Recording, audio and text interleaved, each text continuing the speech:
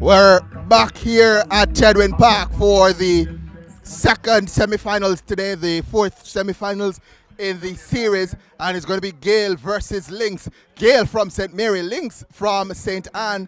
And Lynx won the toss, and surprisingly, they chose to bowl, and Gail will have first strike on a wicket that is starting to deteriorate. Horrible decision there, Marlon. Not the best decision by the captain of the Lynx United team out of St. Anne.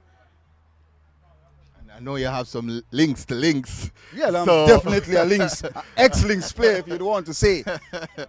My heart is with Lynx. Okay. I'm playing for Lynx from the age of 10. There we go.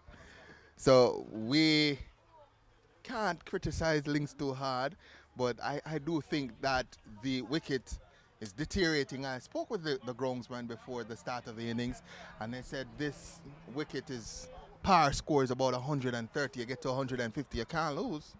But what is good for Lynx United?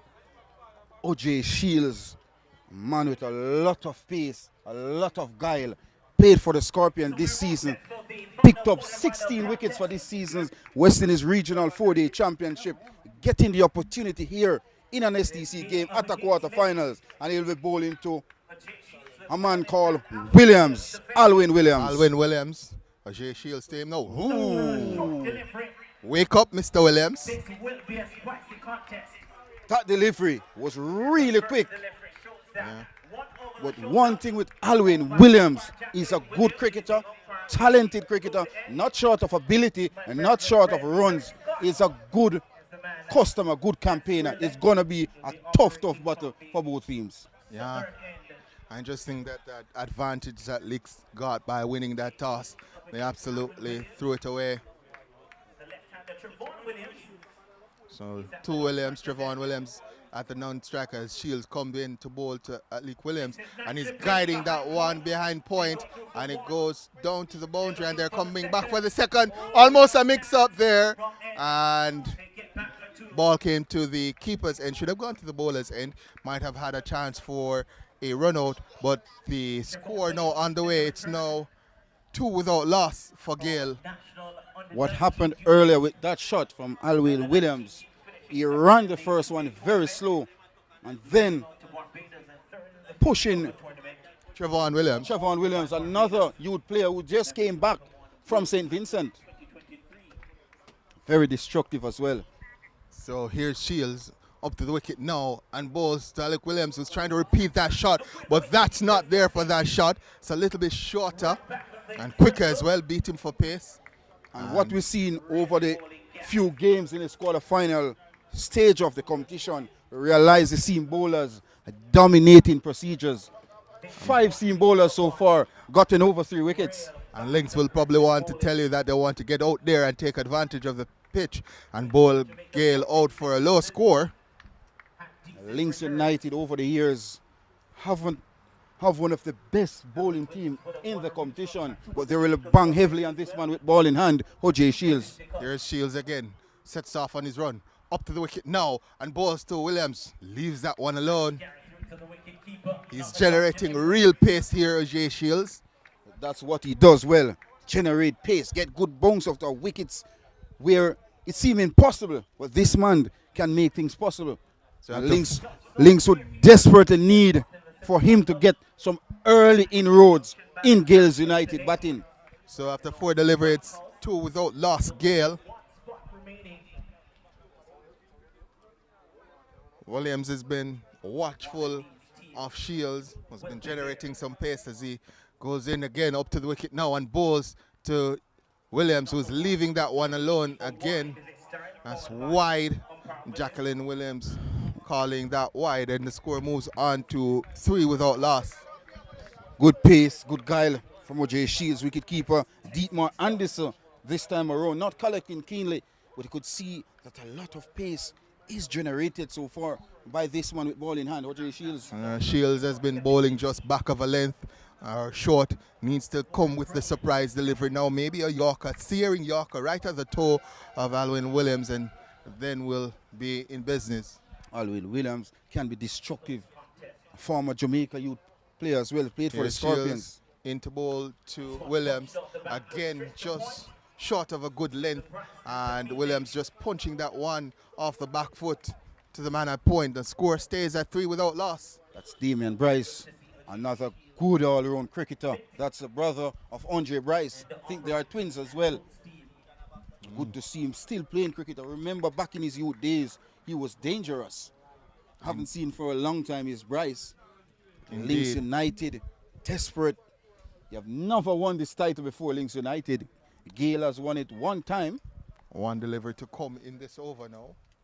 As Shields sets off and is up to the wicket now. Balls to Williams, was looking to defend that one, but beats the outside edge with pace. And it's 3 without loss after the first over. And the fast bowlers continuing to have a time here at Chedwin Park.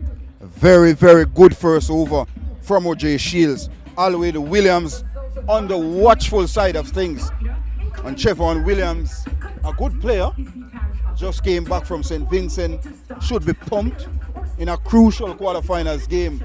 But if you lose here, you're out of SDC. So all chances are here for this both teams is to win. I believe it's 1.5 million on offer for the winner of the national competition.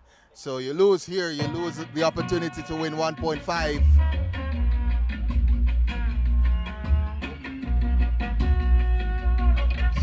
O'Neil Pennant is the bowler from the housing scheme end. O'Neil Pennant, yes. Captain of Lynx. And that's the nephew of Orville Pennant, former Jamaica player as well.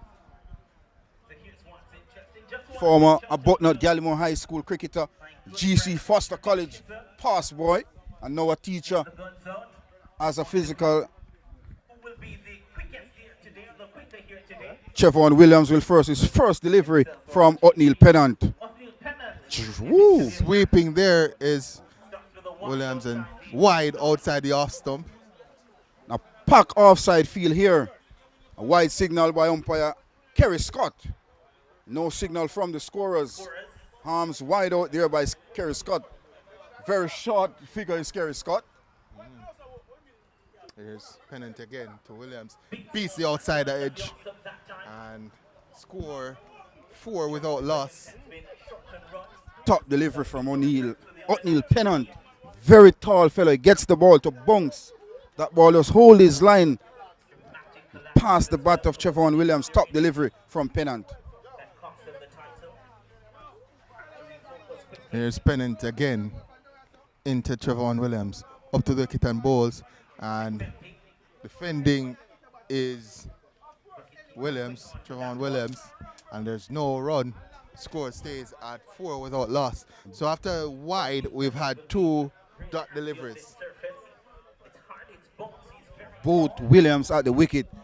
Very, very watchful so far. Pennant looking to extract on bounce. As that one's just short, and Trevon Williams back onto his back foot and just playing that one down into the pitch.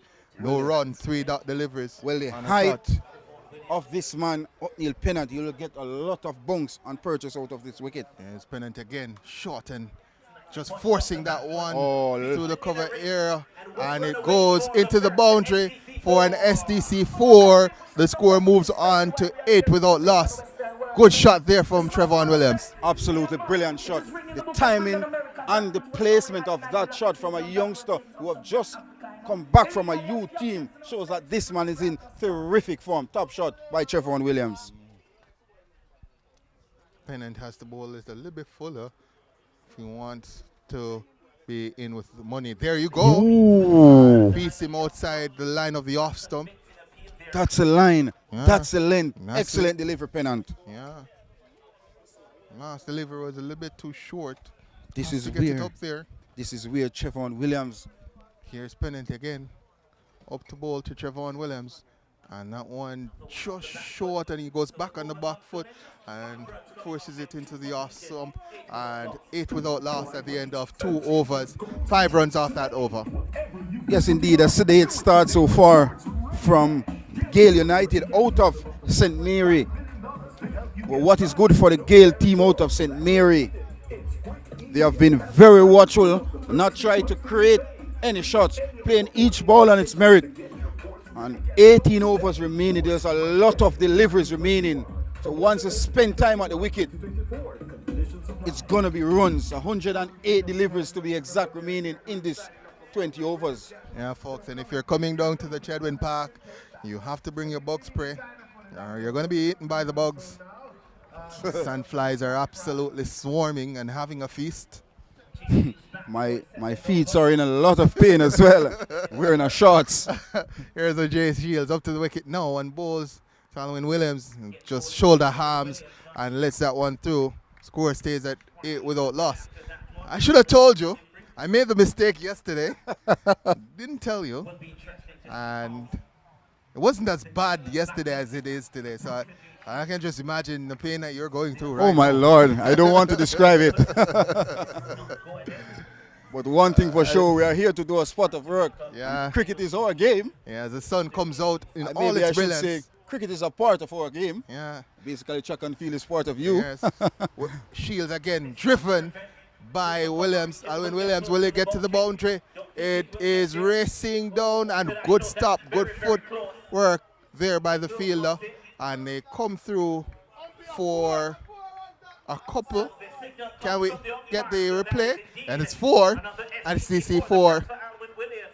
So let's see if An we can get the SDC replay on 4 that. signal here by Jacqueline Williams, not consulting the fielders, but a second SDC 4 to Gayle United. Terrific timing by Alwyn Williams. Great shot, came on the front foot and made it look very easy. Just use the pace of that delivery, and the stride was immaculate. Great timing from him, not trying to hit it too hard, just caressing it to the boundary.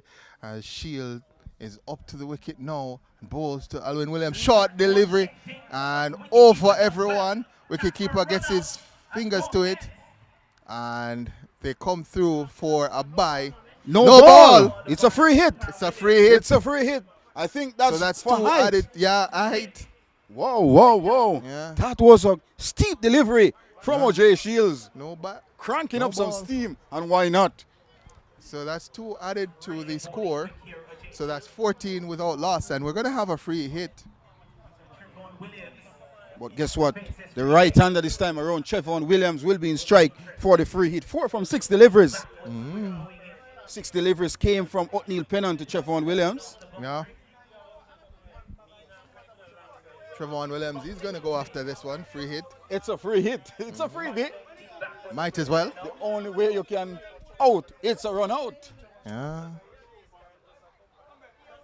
As it's a special And because greetings to Cricket Jamaica. And because the batsmen cross, they are allowed to make changes to the field. So they're just setting the field and getting ready inside this power play here as Trevon Williams is going to be on strike. Shield sets off now, is up to the wicket and bowls to Williams, who is looking to flash that one over the offside. Well, it's And another no ball. Another no ball and another free hit.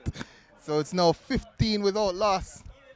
And Trevon Williams will have another opportunity to lash that one over the boundary. Well, I hope he will be hoping, or the Gayle United team will be hoping to get some butt on this free hit, the second in a row.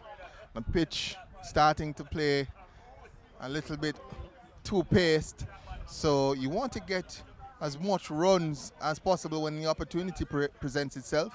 And when you get a free hit, that's the best opportunity that you have. The second free hit in a row. Here Shield now coming up to the wicket now. And bowls to Williams, with hit on the body.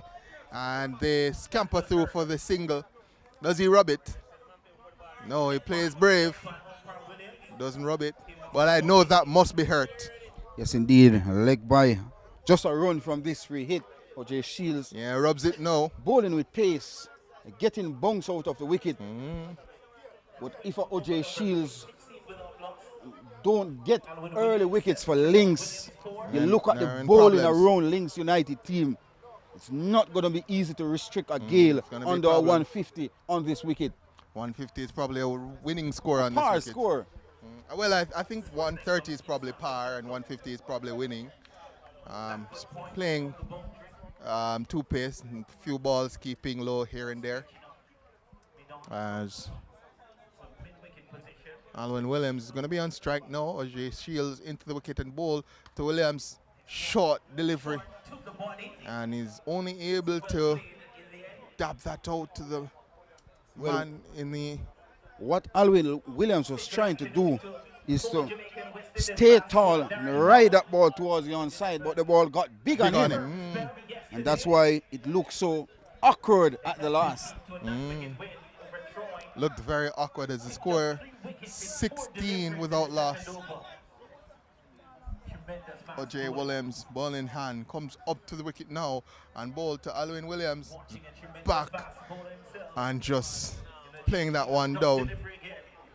Obviously, the Gayle team just trying to ensure that they play out OJ Shields without losing too many wickets and doing a good job of it so far. None for 10 so far is OJ Shields. One delivery remaining in his second. Very economical so far. But hats off to these two batters in the middle. Not trying to rush anything. Here's OJ Shields to Alwyn Williams again, and that's a dot delivery. So score remains 16 without loss. 6 from that over.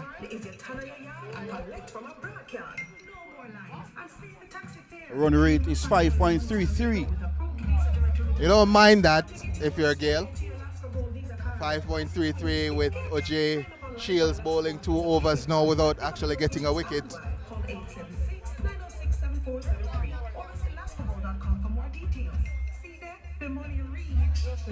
If you're Lynx, do you bring Shields back for 1 over, or do you save those 2 overs? Based on the context of the game, no. I would break Shields, save him for 2 in the middle and back end for Lynx United. He's your trump card, so I suppose you have to save something. Definitely I would do. But it's not up to me, it's up to Neil Pennant, the captain of Lynx United. There's Pennant now. Into ball to Siobhan Williams. And that one's just short at the man of mid-off on the bounce. That's Stian Jarrett at mid-off. Score now 17 without loss. Brings Alwyn Williams back in strike. He's 7 from 12 deliveries. And normally, an aggressive player by nature is Alwyn Williams. Tends to dominate this format and this competition for a number of years in SDC cricket. He's dominant in SDC cricket.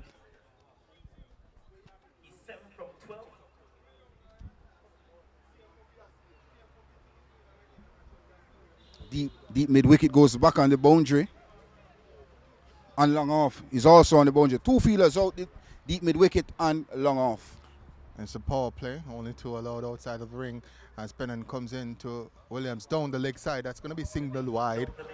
And that's going to push the score now to 18 without loss. Poor delivery this time from Neil Pennant down the leg side. All Alwyn Williams had to do was to get some bat on it. Think he would have missed out there, Alwyn Williams. You realize square leg is inside the circle, so some bat on that. And he's gone. For the first Rear Navy 6. Here we go now. Pennant, ball in hand.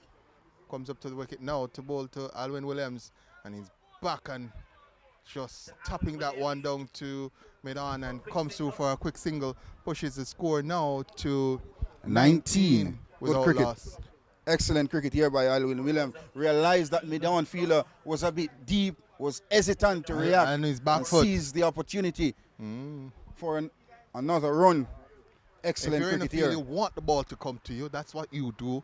You want the ball to come to you as Trevor Williams is on strike now. Pennant up to him and quicker one. And he's just trying to turn that one around the corner but misses out. Dot delivery nonetheless. Think a delivery on the line of leg stump. Trevor Williams should be an easy run towards the onside. Here's Pennant again. Quicker one through him. And it's beaten at the line of the off stump. Well, one thing for sure, looking at that delivery from Pennant, I don't know how Trevor Williams missed that. That was right in the arc. Right in the arc for the taking, but Trevor Williams on this occasion missed out. Here's Pennant again. And oh, good delivery That pitch and was spun close. into the right-hander. Tried to create that space to score on the offside. But cramped spun. for room. Cramped for room, as you mentioned. Good delivery. Cramping for room. Good delivery. Excellent delivery. Well taken by wicketkeeper Dietmar Anderson. Pennant again into ball to Trevon Williams. Almost an identical delivery there, but a little shorter. And that Williams completes is able to get some bat on it. Over number 4 at 19 without loss. Alwyn Williams is not out on 7 from 16. And the opposite Williams, that's Trevon Williams, is not out 5 from 10.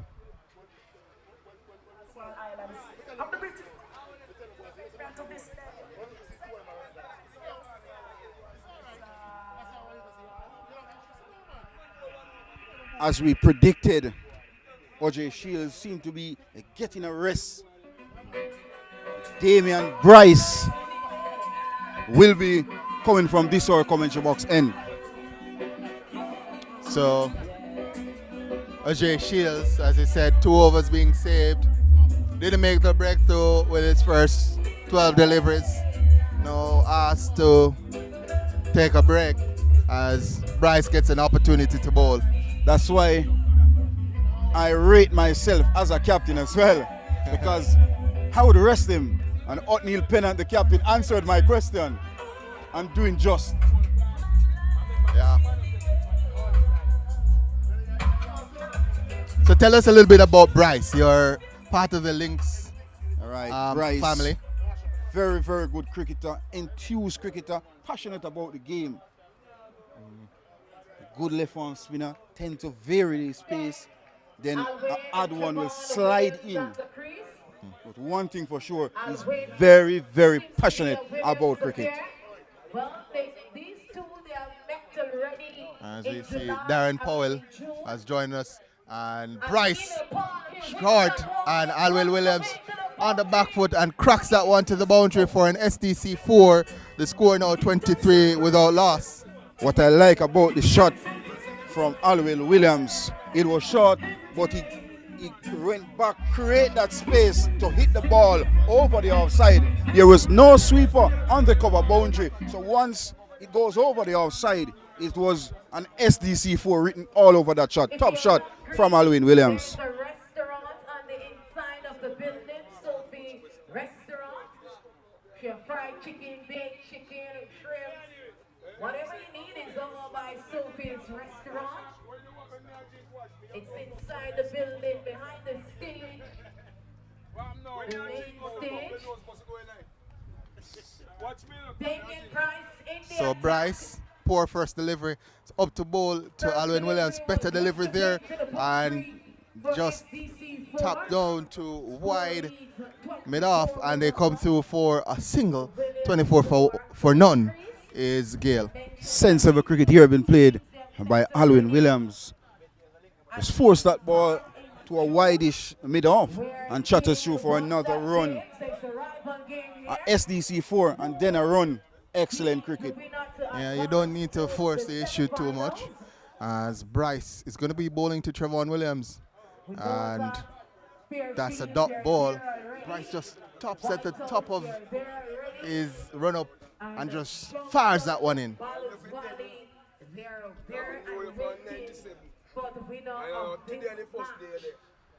Here's Bryce into ball to Trevor Williams. It's down the crease and just flicking that one off the hip. And the man at mid-wicket comes off the fence and makes a mistake. And they come back for the second. And it's now 26 without loss. A sloppy feeling this time on the deep mid-wicket boundary from Marlon Johnson, allowing Trevon Williams to come back for a second run. Poor cricket by Johnson. As Bryce is up to Trevon Williams again, and he's just punching that one off the back foot into the man at point, and there's no run. Score remains at 24 without loss. Another dot delivery here, as score remains 24 without loss at the end of the 6th over. So 26 without loss, sorry folks, 26 without loss. at the end of the 6th over. End of the power play, we don't want End to of say. the power play. So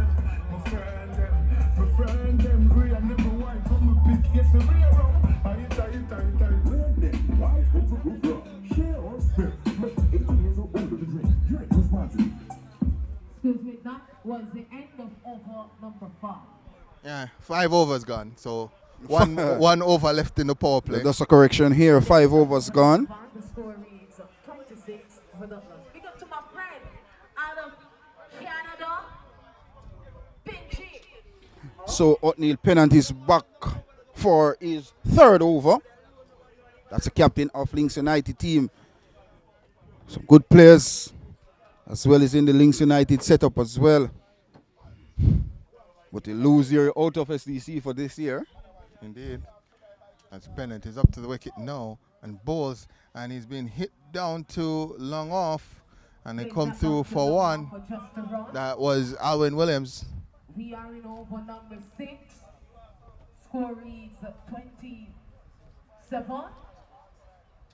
So 27 without loss. This is a rival game. As a right-hander, Trevon Williams comes into strike. Extra cover comes in the 30-yard circle. Here's Pennant now up to the wicket and bowls to Trevon Williams, who's looking to smash that one over long on and missing out. Ball flashing past the outside edge, and that's another dot ball. Score remains at 27 without loss. Getting to the semi-finals and not advancing to the finals. Can that be changed this Here's year? Pennant again. Ball in hand, up to the wicket and bowls to Williams, who's back and just slashing at that one. Excellent work by that fielder in Ronaldo Ingram at backward point. He looks like a man who wants the ball to come to him. As Well, actually, he's in the Jamaica Scorpions set training squad as well. Journeying from St. Elizabeth. Looks an excellent fielder. As Pennant comes to the wicket and bowls to Trevon Williams, who's hitting that one high, hard, and it's gone for J. Ray and Nephew 6, and the score goes to 33 without loss. Gail are on the charge. Top shot from Trevon Williams. It was there for the taking. Over pitch delivery from O'Neal Pennant. Got the treatment he deserved. Top shot from Williams. Indeed. Trevon Williams, 16 from 17. I think Gail has done a wonderful job of just reading this pitch and knowing what is required. It's not a pitch where you're going to score 180. You're not going to score 200 on this run, on this wicket. 150 is probably a winning score on this pitch, and they've done a good job of just getting the innings started and getting some momentum into the innings. As Pennant with ball in hand comes up to bowl to Trevon Williams again, and he's just guiding that one past the man at first slip, and it stalls at the 3rd man boundary, and they come through for 2, easy 2, and the score now moves on to 35 without loss. Very, very important runs for Gayle team out of St. Mary. Gayle won this competition back in 2019. Now Lynx haven't won this competition before. They have been to 3 semi-finals, but not progressing to the finals. Good delivery, really allowed good appeal. delivery, big appeal. Umpire Kerry Scott not interested, and that completes. Yeah. I heard a little bit of a sound here. Can we get a replay on that, Mr. Producer? See what happened with that one. Are you looking for a career that's new, emerging, and exciting? Do you want to switch careers? So we're just waiting on the replay there. At the end of the 6th over now, it's 35 without loss. Yes, that's the end of the power play as well. Has been signaled here by Jacqueline Williams, the standing umpire. And at the non-strikers end is umpire Kerry Scott. Both good umpires doing a fantastic job in the middle so far in this crucial quarterfinals game, the final quarterfinals game of the competition. We move to Ultimate Jerk Center next week for the semi-final stage. Indeed.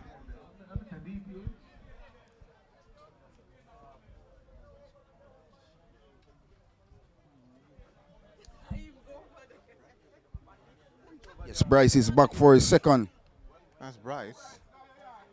Bryce is back for his second. Williams, Alwyn Williams is going to be on strike. Alwyn Williams hitting that one in the air. Let's see, it's going to drop safely. And they're going to come back for two. Alwyn Williams gets 2 to the score. He moves on to 11. The score moves to 37 without loss now. Alwyn Williams using all his experience. Didn't try to overhit it, just try to clip it on the onside. Acres of space on the onside. Once you turn the ball towards the onside, there's always going to be a possibility of a second run. Indeed. As Bryce, a little bit expensive Bryce, as he comes up to the wicket now on both. Alwyn Williams was flicking that one to the man at deep mid wicket, comes off the boundary now, and there's only time enough for one. Score now 38 without loss. Amoy Campbell coming off the deep mid wicket boundary did well, came off the boundary very quickly to prevent any chance whatsoever of a second run, and that's a commitment Fairfield United out of Manchester did today, and they came out chumps. Have to be aware when you're on the boundary, as Bryce comes up to bowl to Trevon Williams' back and just smashing that one to the man at long on, who comes off the boundary and restricts them to one. Yeah, this delivery from Andre Bryce, or Damien Bryce, was a bit short. Trevon Williams just went back on the back foot and just present the full face of the bat and present it down to a long on area where Jamaica Scorpion seam bowler O.J. Shields does the fielding, and another run to the total. So it's now 39 without loss. And Bryce comes up for his next delivery. And Alwyn Williams just dabbing that one out into the offside, and they set off for a quick single. Score moves to 40 without loss. The urgency, the running between the wickets must be applauded from Gayle out of St. Mary. They are not getting the boundaries, but the rotation of the strike so far is very, very good. Here's Bryce again, short and well bowled. Oh my word, drag that one on. Trevon Williams. That's Trevon Williams that was bowled just now. Horrible shot from him. That delivery from Bryce is a left arm spinner. It came back with the arm. He was trying to create that space to score through the offside. Hats off to Damien Bryce. Good delivery. Short of a length, and he thought he had enough time, space to just guide that one down to the third man boundary. Was wrong. Dragged it on as he came back with the arm, and Gayle lose their first wicket. They're now 40 for one. The captain of Gayle United, Kevin Daly, makes his way to the wicket. Also the captain of the Army team as well. Very good cricketer. Past student of Taki High School in St. Mary.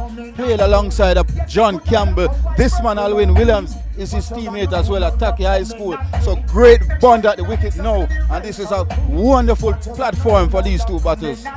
Taki High School over the years have produced some very good batsmen, and most of those batsmen have been known for their attacking ability.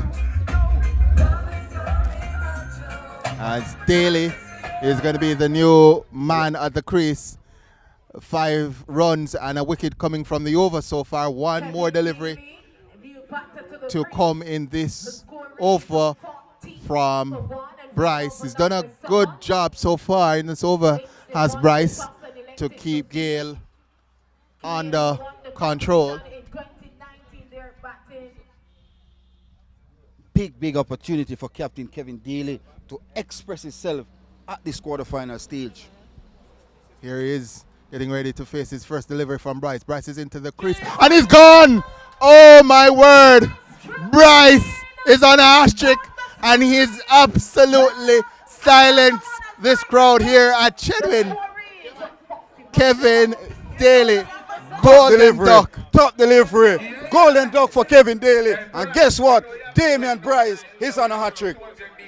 A hat-trick on both days of this SDC Yeah, quarterfinal I think we had competition. 2 or 3 hat-trick deliveries yesterday, and we're going to have another one today. Top Not delivery. now, because it's the end of the over, so at the start of the next over, Bryce is going to have an opportunity to get a hat-trick, and certainly at this point, Gail, they're being put under a little bit of pressure. They're now 40 for 2. After a good start, they've lost 2 wickets in 2 balls.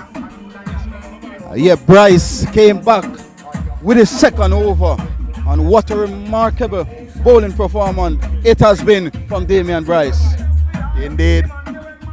5 runs and 2 wickets in that over from Bryce. Once David Bryce comes back, he's on the hat trick. The score And my question now is, with Gail under a little bit of pressure, do you bring O'Shea Shields back for maybe 1 over to pressure the Gail team? Maybe if he comes back, gets another wicket or 2, you put Gail firmly on that back foot. No, based on how I'm looking at the cricket, they are not scoring freely. So, bowl some more deliveries, bowl some more overs. If it gets out of hand, O.J. Shields is the man with 12 legal deliveries to back it up in the lower and back end for Lynx United. Indeed.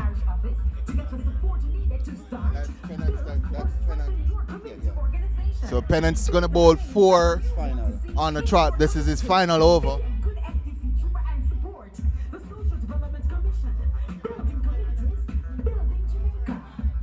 And it would be wonderful if Pennant is able to dismiss Williams in this over. Gail, after Walters and Alwyn Williams at the crease. Nothing from Anthony Walters. He's very, very destructive. He's one who can hit the ball a long way, is Walters. Walters, the new batsman. Williams, though, is going to be on strike. Get a chance to put back to ball. And here is Pennant into Williams. Williams is back and just guiding that one into the onside. And they come through for a single. It's now 41 for 2. Based on the feel, Lynx United set to the left-handed Alwyn Williams. Always acres of space on the onside. Always a possibility of a second run. Walters getting ready to face his first delivery from Pennant. What would be the tactics? If you was a bowler or the captain of Lynx United, what would be your tactics to a man who haven't faced a delivery as yet? Well, I certainly would have someone closer to the bat, maybe a slip.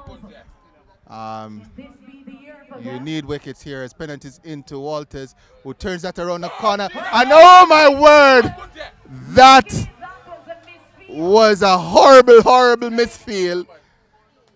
Gail were on the verge of losing that 3rd wicket. There was a barrier between communication And between Alvin and what happened there, Marlon? It was Ronaldo Ingram screaming in from square leg. Had he picked up that, it would have been 40 for 3. Here's Pennant again into ball, and that one shot almost bottom edge there. Williams And Alwyn Williams Not the best of delivery this time from Pennant. Short. Short. Alwyn Williams missed out. Here's Williams trying to hit that one over long on, but getting the inside edge, and they come through for 1. So it's now 43 for 2 in over number 8. 43 for 2 in over Lynx number 8. Keeping things tight at the moment. Run rate of 4.5 so far. Here's Pennant into ball to Walters. Ooh, beats the outside edge there. That ball just pitching Spinning away away. its line. You'd call it the drifters. Top delivery from Neil Pennant.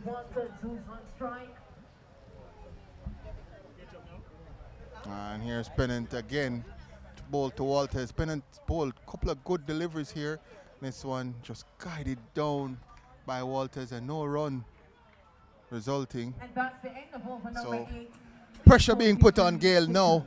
Would have been a lot more pressure had they had that Run out affected.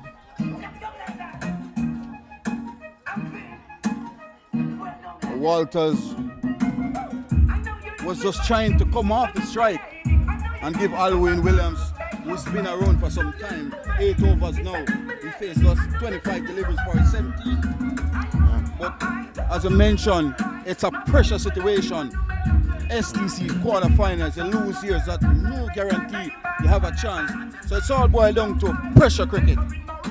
As Bryce is back, 3rd over, I believe. He's back, and he's back on a hat-trick as well. Hat-trick delivery upcoming.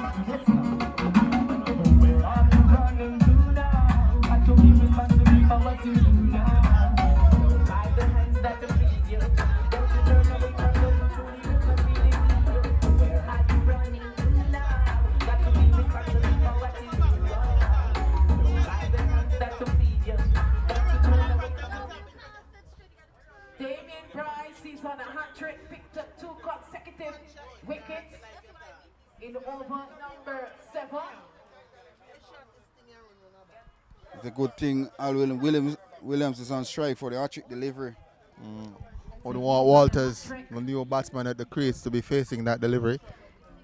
So Alwyn Williams going to face a hat trick delivery from Bryce, short from Bryce, and he just turns that around and they look for the second, but it's only going to be 1. Score moves to 44 for 2. Too short there from Bryce. Hat-trick delivery, too short, but excellent work by Amoy Campbell coming off the deep mid-wicket boundary to prevent any chance of a second run. We are in over number 9. The score reads. So we've had, I think, about 4 chances of a hat-trick in the quarterfinals. I haven't had one yet. And here's Bryce to bowl to Walters and just stabs that one into the offside, and they set off for a quick single, 45 for 2 now. Darren Paul, who's here now, he induced the edge for his hat-trick delivery and put down by Ebanks yesterday. His captain as well. Captain junction yesterday. So we had an opportunity, glorious opportunity to get a hat-trick. Darren Paul put down by Ebanks. Then he got the wicket with the fourth delivery. Here's Bryce. No, can he get a wicket with this delivery? No, he can't. Dot delivery. Dot delivery. Remember that the finals will It's be getting here very on the difficult 25th of on this pitch August. now. Right here. You realize the run rate dropped to 4.74. Yeah. Significant a drop here for Gayle United out of St. Mary. This is the 4th game that is being played on this pitch in 2 days. They won this competition back in 2019. Here is Bryce. And Williams is just playing that scoop shot. Paddle sweep. Yeah. And it goes for 4. SDC 4. And it's now 49 for 2. Paddle sweep. Creative, innovative from Alwyn Williams. And he picks up his second SDC 4. Good shot here by Williams. Showing all his skills, all his capability. Is Alwyn Williams a touch player, a classy player, one to look for in the latter stages of this competition. He can be very, very detrimental. So 49 for 2 is Gayle. 6 from this over. The spectators are begging for a Ray Nephew 6.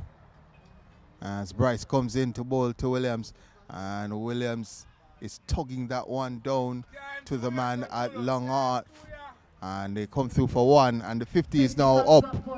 50 for 2 is Gayle. Williams is 23 from 29 deliveries. 2 wickets to fall. Chevron Williams and Captain Kevin Daly.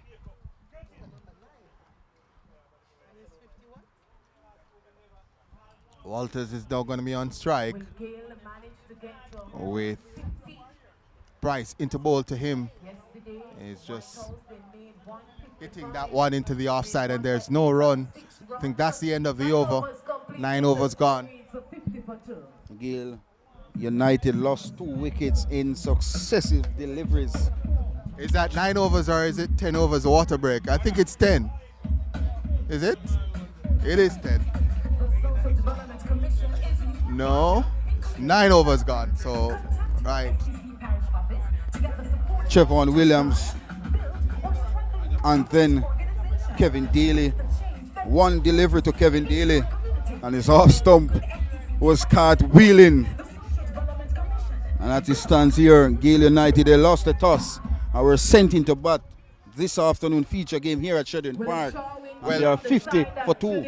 Gayle said they wanted to bat. They were very excited by the fact that they were asked to bat.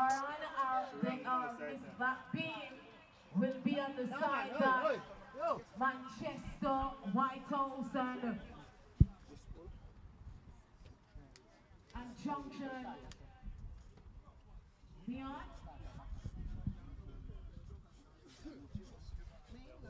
LaShawn Campbell, new bowler in the attack.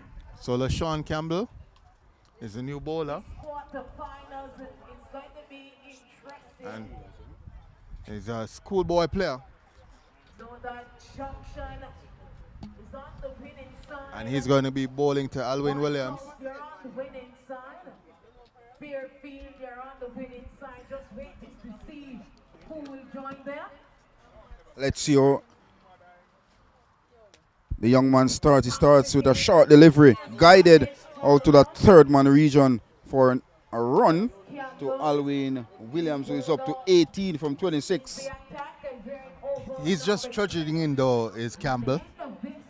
Is not really. It will be walk to break and a change in the commentary box. Charging in, so to speak. It's just trudging in. It's now 51 for the loss of 2 wickets, and we're in over number 10. Anthony Walters getting ready to take up strike from young LaShawn Campbell. So yesterday, So LaShawn Campbell has ball in hand. White House, they made And 155. They won by 6 runs earlier this morning. Let's see what he's able to do.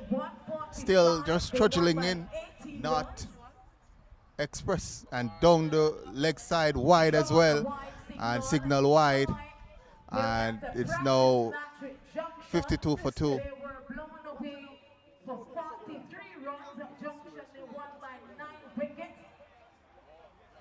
So what runs will be good on this surface? Pretty good surface.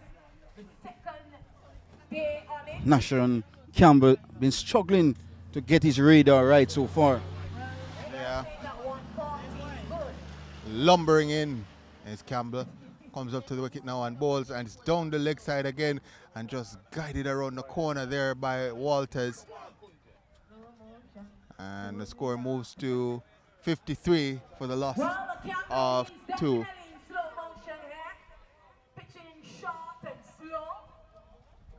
Another run to the total, another run to Anthony Walters. Brings Alwyn Williams back in strike. A dangerous Alwyn Williams, very destructive left-hander.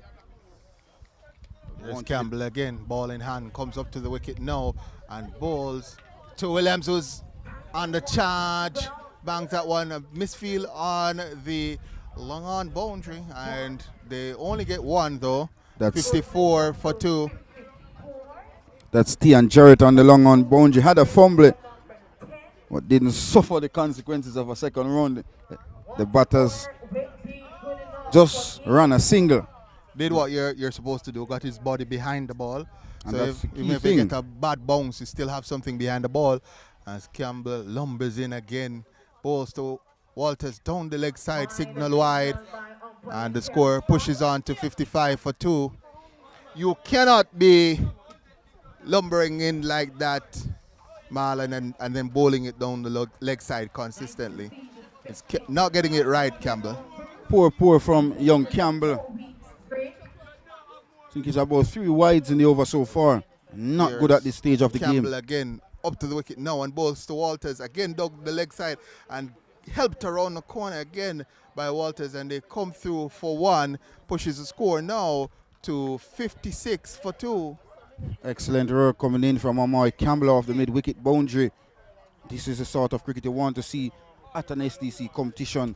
Players putting in the hard work. And that was Campbell well hasn't executed by bowled well, Campbell.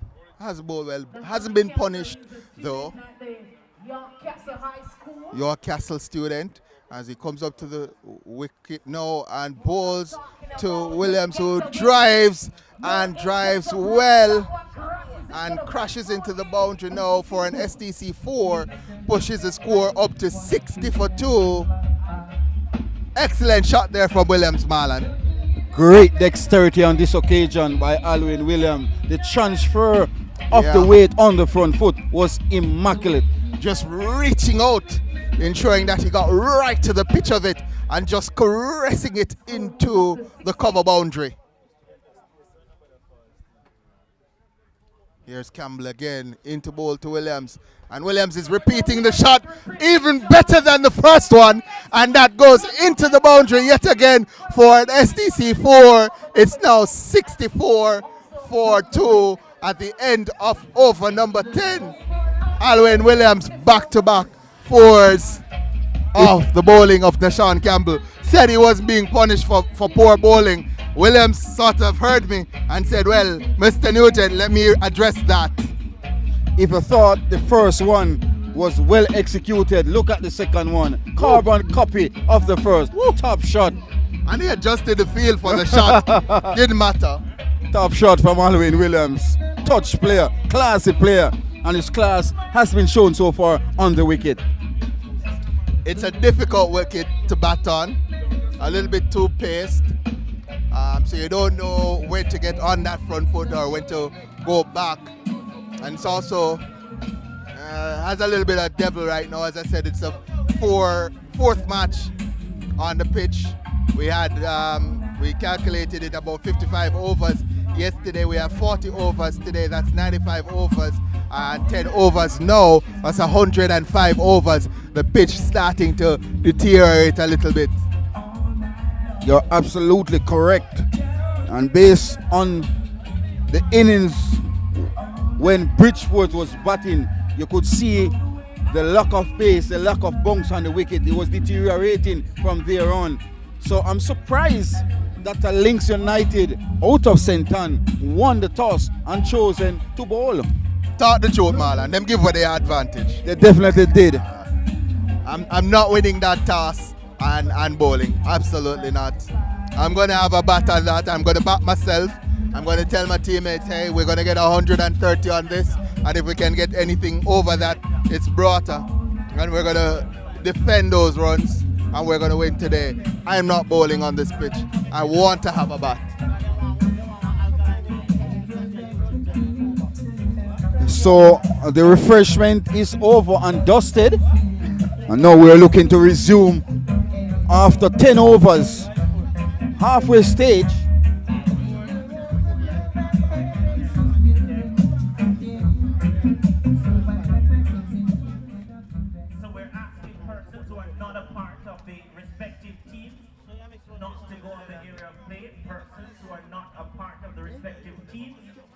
Please resist from going on to the field of play. Thank you.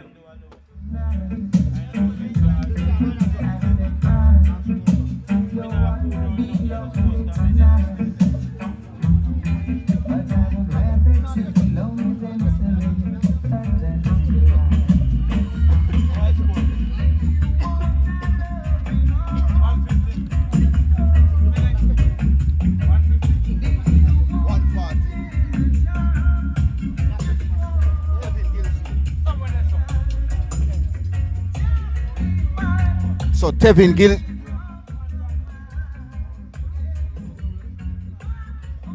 So Tevin Gilzine has been introduced into the attack from this our commentary box end. Not known for his bowling is Gilzine. Scorpions opening batter, not known for his bowling.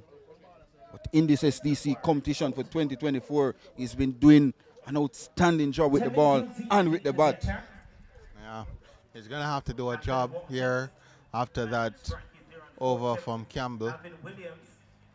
They had to bring Campbell in though, the York Castle player, because according to the rules, you have to have the schoolboy player bowl in the first 10 overs. Exactly so.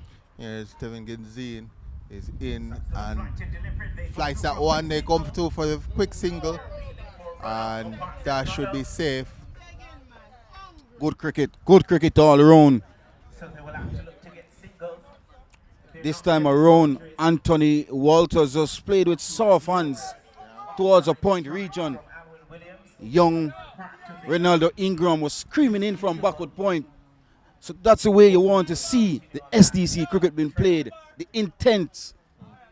And intensity as well. As Williams is going to be on strike. His last two deliveries that he faced went for boundaries. And he's just surveying the field to see where the opportunities are. As Gilzine comes into Williams, who is just working that one down to find leg. Keeper comes through and they go through for two. Wonderful running there. They knew that the keeper was not going to be at the wicket and took advantage of that and came through for two. The score now moves to 67 for two. Excellent cricket here by Alwyn Williams. Seized the opportunity that there was no one behind the bat on the onside. And came inside the line and topped that ball to him. Comes up to the wicket now to bowl to Williams. And he's just tucking that one around the corner. And there's a chance for a run out if he can pick it up. Couldn't. And they come through for another single. It's now 68 for two. Pressure starting to face Lynx right now. I wouldn't say pressure. It's even Steve's at the moment. Well, I think Gail is a little bit ahead of the schedule as Gilzine comes in now to Walters, who's turning that one around the corner as well, and they come through for a single. And that pushes the score, I think, to 69 for two now. Kevin Gilzine going to be back on strike. A partnership. Gilzine, the bowler. And Gilzine comes up to the wicket now and bowls to Williams. And no run, dot delivery. Look to work that down to fine leg, but missing out is Williams. Here's Gilzine again to Williams. Shorter delivery, and he's pushing it off the back foot for a single to the mid-on region there. 11 overs gone, 70 for two. So another 9 overs remaining. Can Lynx restrict them under that 150 mark? The question will be asked.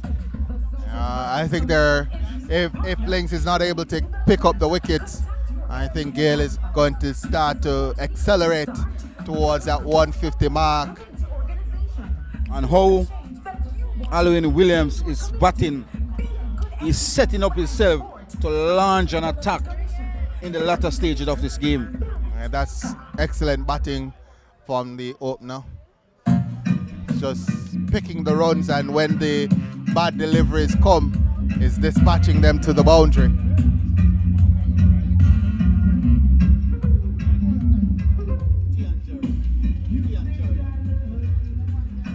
Jarrett is going to be the new bowler, and Williams is going to be facing Tian Jarrett, former Jamaica under-19 youth player as well, from the Garden Parish of St. Ann.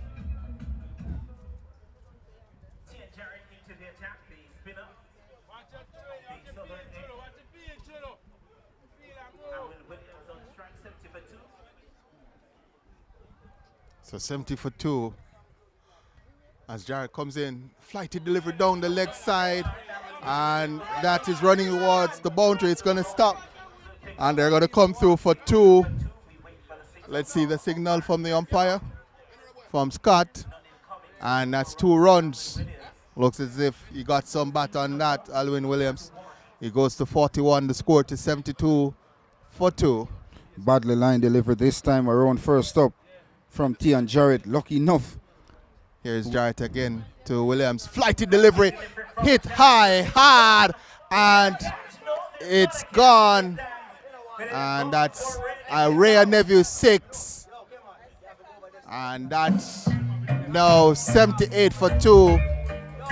Excellent hit there from Williams, who moves now to 47. He's in touching distance of the half century. Tremendous shot there coming in from Alwyn Williams in the arc. Poor delivery. And Alwyn Williams won't miss out on that. It's coming like taking a candy from a little baby. Too easy for Williams.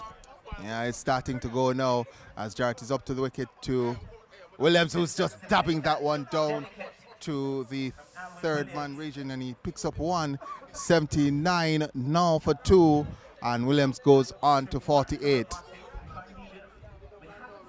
And an excellent inning so far from Williams. When he came to the wicket, scoring wasn't easy. He applied himself, rotate the strike, and when the bad ball presents itself, he's quick to capitalize. And hats off to him, he's playing a fantastic knock so far. Here's Jarrett to Williams. Comes in, and Williams is hitting that high in the air. Is it going to be gone? Is it taken? It's not, and that's an SDC 4. Poor fielding there from Lynx. Is that pennant? Marlon is disgusted, is silenced. Can't believe it. That was a horrible miss. And the score moves now to 82 for 2 as I give my commentator an opportunity to recover from that.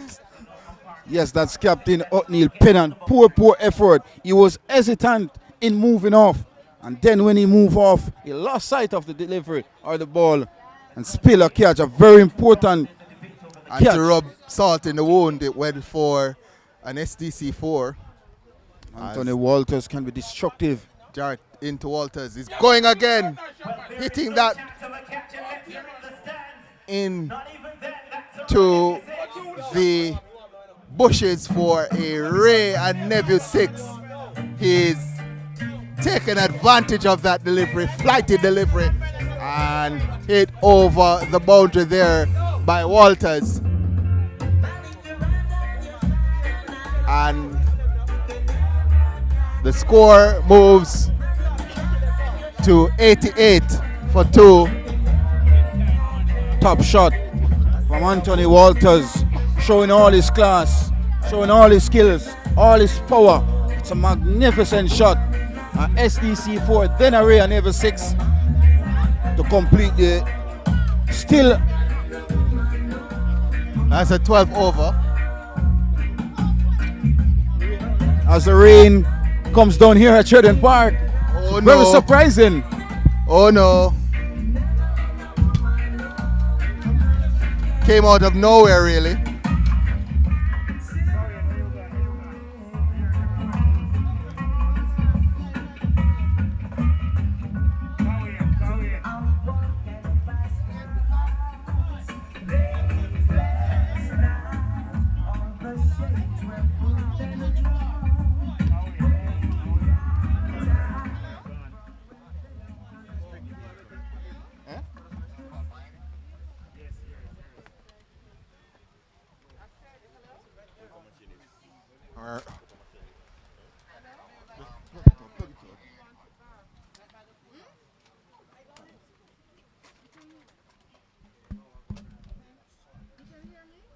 We're hoping that that shower is just a passing shower. It's light right now, but if you look towards Spanish Town, it's a little bit dark over on that end,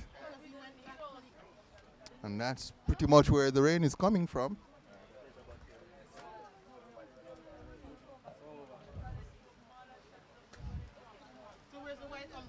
And the wind starting to pick up a little bit as well.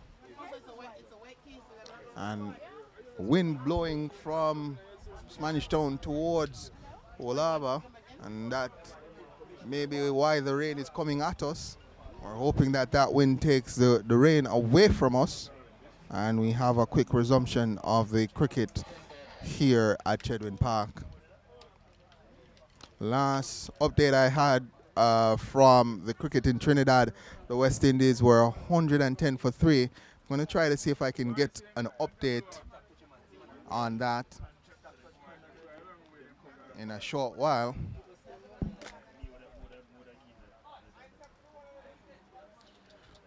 But 88 for 2. Gail, Will Williams on 48.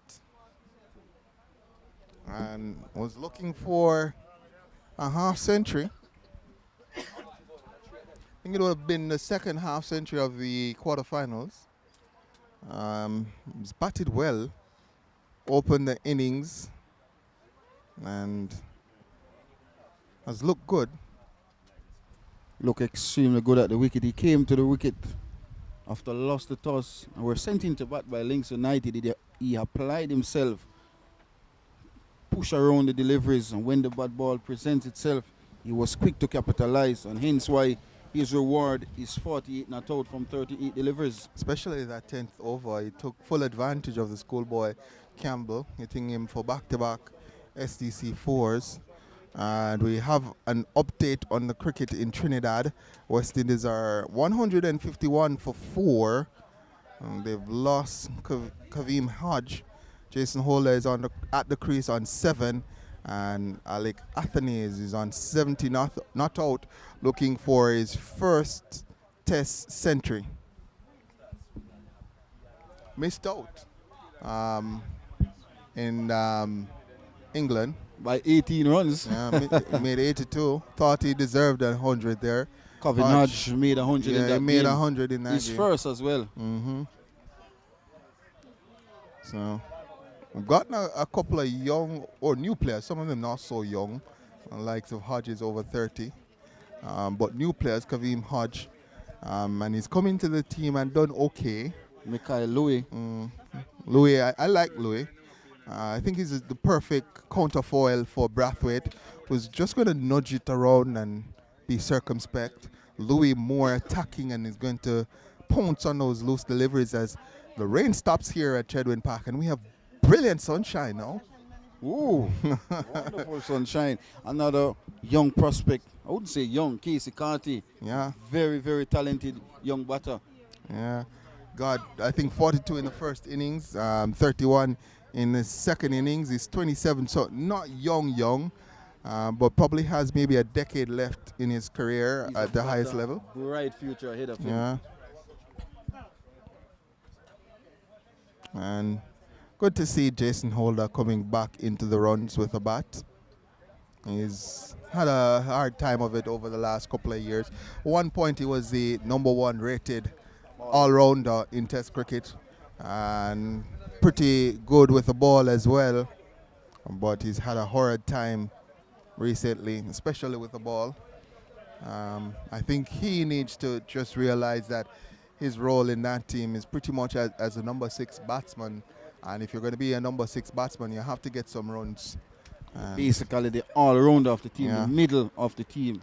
Play that kind of Flintoff role when he was there, the Stoke role, and get some runs at 6 and be able to come as a bowler who's able to move it around a little bit and get a wicket in the right conditions. As Athanaze moves on to 73 and West Indies 154 for 4. He has a golden opportunity here for 100. By the way, if you're interested, the West Indies, they are chasing 298 for victory. They are 155 for 4 now, which means they need 153 for victory, 52.2 overs to go. So 6 and over, 2020 match. They still have Athanaze at the crease. Jason Holder is on 8. And they have the likes of Joshua De Silva to come. Then not much batting after that. Maybe Moti. Slight drizzle coming back down here at Sheridan Park. So the sun has left us now and the rain is back. As there's a dance of rain and sunshine here at Chedwin Oval. Rain winning out right now. As I said, if you look towards Spanish Town, it's very dark down that side, and that's where the rain is coming from. The wind has stopped, which means that the rain has settled over us now, and that's why we're having some rain now. So if you're wondering what's happening, We're on a little bit of a rain break. We started the second match a little bit late. The first match going over a little bit. We're scheduled to start at 2 o'clock. We started at 2:30, and now we've been hindered by the rain. So you start to wonder how the match will go, if we'll be able to get the full 20 overs in for both teams. At this point, I'm starting to doubt that, as Athenaeus just went big and hit a 4, and the score has pushed on to 161 for 4, 137 required from 25 overs. Interesting. It's about 5.5 and over for the West Indies if they want to go at it. 6 wickets in hand. 5.5 and over. It's tempted. Very tempting.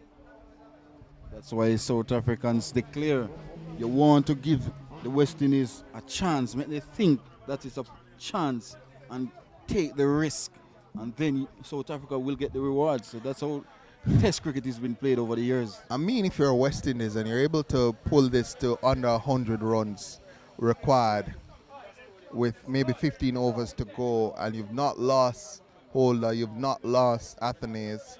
Athenaeus maybe has scored his 100 at that point. You have to go for that. You definitely would have to go for it.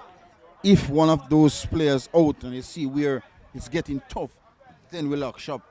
Yeah, and you have very good defensive players in the team, in the batting to come.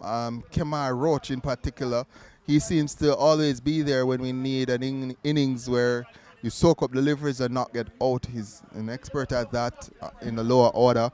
Also have the likes of Joshua De Silva, who I think is a very good batsman, wicket-keeper batsman. As the sun is back out and the rain has stopped. Still a drizzle. It's drizzling. Still drizzling. So it's a cat and mouse game between the rain and the sun. As I said, a dance between the rain and the sun.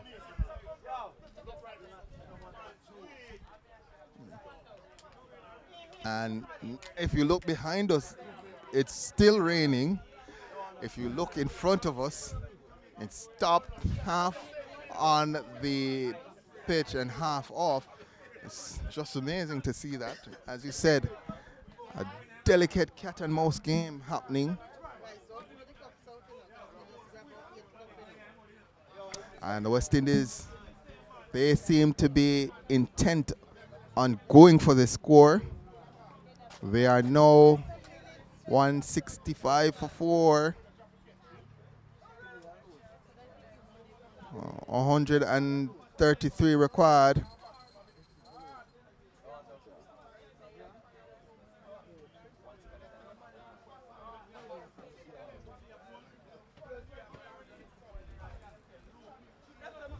Still some slight jizzles here at Sheridan Park.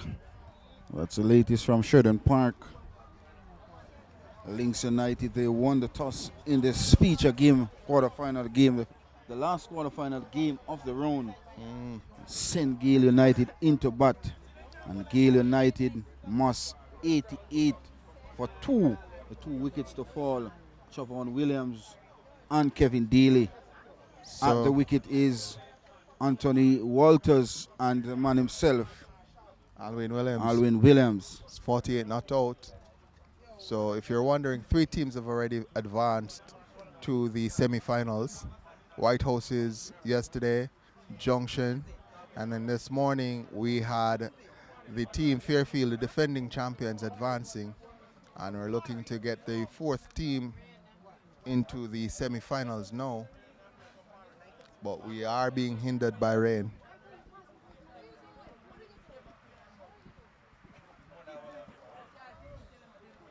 And as a cricket fan, I'm keeping a hot eye, not just as what is happening here at Tedwin Park, but also happenings in Trinidad. As the West Indies try to chase down 298.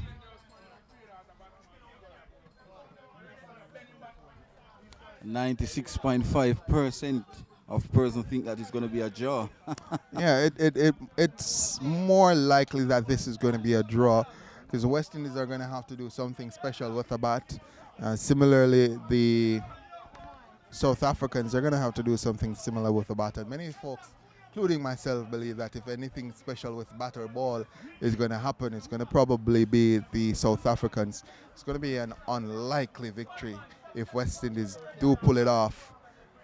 Most likely result here is a draw as Athanaze, he moves into the 80s now.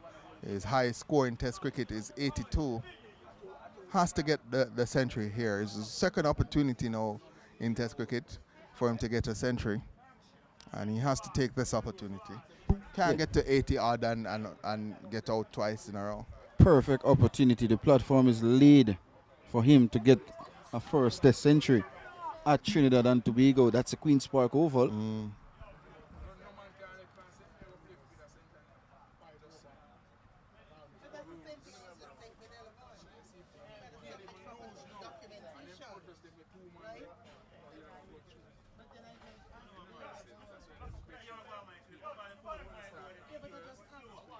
So again, if you're wondering what is happening, play has been stopped by rain.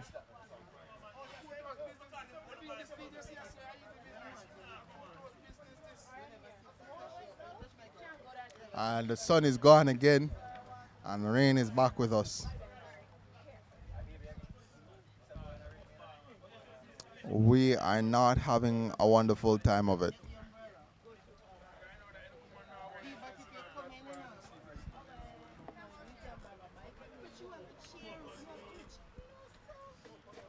Based on what I'm seeing now, Marlon, I'm very pessimistic that we'll have any more cricket for today. The rain is coming from the direction of Spanish Town, and that's where the wind is blowing. So it's blowing the rain towards us and not away from us. So every time we have a break in the rain, wind picks up and we get some more rain.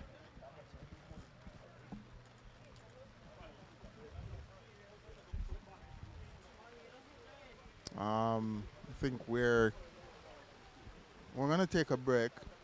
Mr. Producer, can we get a break? We can play some ads while the rain gets heavier here at Chedwin Park.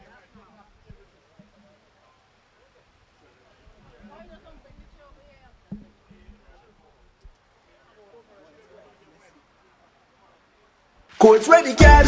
Money, move. Take a loan, enter to win. Money, move. Win cash, win a bike or a smart TV. Could even win a brand new car. Take a ready cash loan of $80,000 or more between February 19 and April 18, and you'll be automatically entered for a chance to win cash, a TCL Smart TV, AKT bike, or a 2024 Honda Creta. Big money, move. Authorized under Section 58.3 of the Betting, Gaming and Lotteries Act. Courts ready, cash ready when you are. Big money, move. Conditions apply.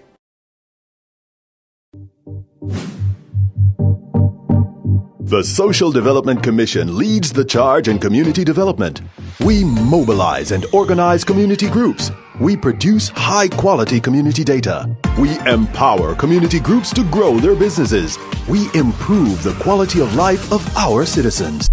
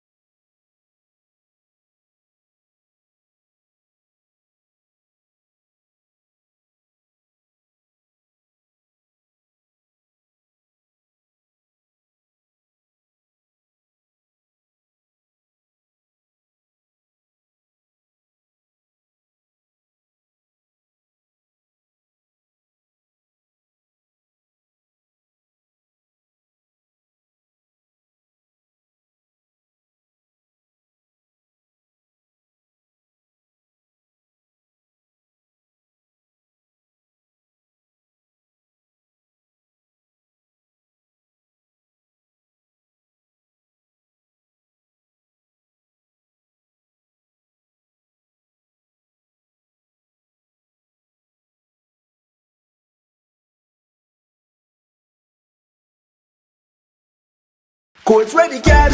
Money, move. Take a loan, enter to win. Money, move. Win cash, win a bike or a smart TV. Could even win a brand new car. Take a ready cash loan of $80,000 or more between February 19 and April 18, and you'll be automatically entered for a chance to win cash, a TCL Smart TV, AKT bike, or a 2024 Honda Creta.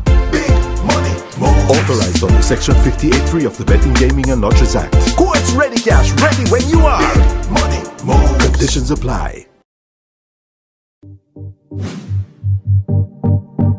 The Social Development Commission leads the charge in community development. We mobilize and organize community groups. We produce high-quality community data. We empower community groups to grow their businesses. We improve the quality of life of our citizens. The Social Development Commission, building communities, building Jamaica.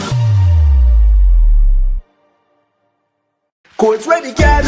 Money, move. Take a loan, enter to win. Money, move. Win cash, win a bike or a smart TV. Could even win a brand new car. Take a ready cash loan of $80,000 or more between February 19 and April 18, and you'll be automatically entered for a chance to win cash, a TCL Smart TV, AKT bike, or a 2024 Honda Creta. Big money, move. Authorized under Section 58.3 of the Betting, Gaming and Lotteries Act. Coach ready cash, ready when you are. Big money, move. Conditions apply.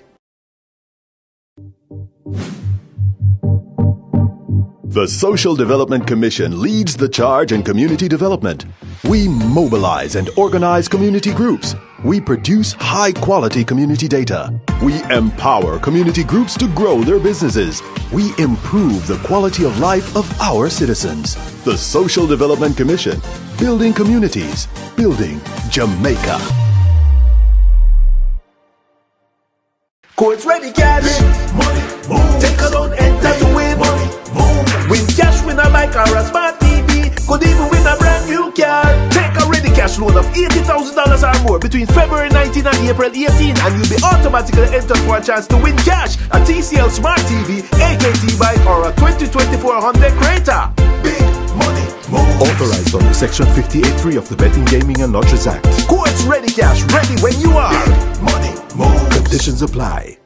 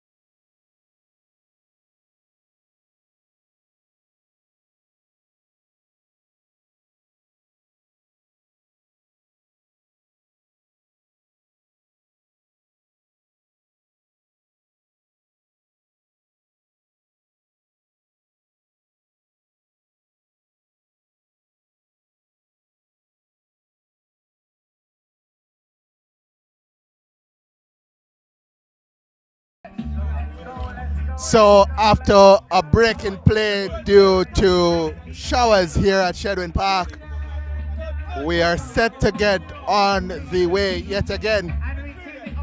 The match has been reduced though to a 15-a-side competition. Gayle, they've gone 11.5 overs so far, and they'll get an additional 3.1 overs.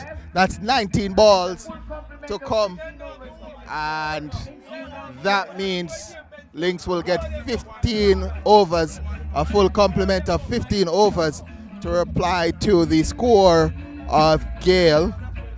When we break, Gayle was 88 for 3, and play is set to resume in the next 3 minutes. So in 3 minutes, play will resume, and we'll have some cricket. It's brilliant sunshine here at Shedwin Park after that downpour. That should affect the wicket a little bit as well, the rain that has fallen here. But cricket will start in another 2 minutes. I know my good friend Marlon Pinnock has gone to the Gayle United camp just to find out, the Lynx United camp, to find out what happened. What are you bringing back for us? What information you have for us, Marlon? Well, it has been reduced to 15 over a game. Yeah, we understand that. But what's the thinking of Lynx right now? How are they feeling? Well, I chose not to give out any information that we discuss in the changing room. You are a good man, Marlon. So, Gayle United, they will resume. You'd think that they would be a little bit disappointed with the break in play. That's Gayle. They were just about starting to build some momentum, getting on top of the bowling, and look to really launching and getting to that 150, 160 mark was Gayle. And then the break, and now they've lost 5 overs. 5 overs are 30 balls of opportunity to score big runs. They will now have to adjust and go from ball 1. 19 balls to come, and they have 8 wickets in hand. The likes of Walters and Williams, who is at the crease, they will have to go and go big from ball 1. Alwyn Williams is still at the wicket. Anthony Walters as well. Both batters can be very destructive based on the context of the game now with 3.1 overs to go. And if you want some updates from the cricket, the test match in Trinidad at the Queen's Park Oval,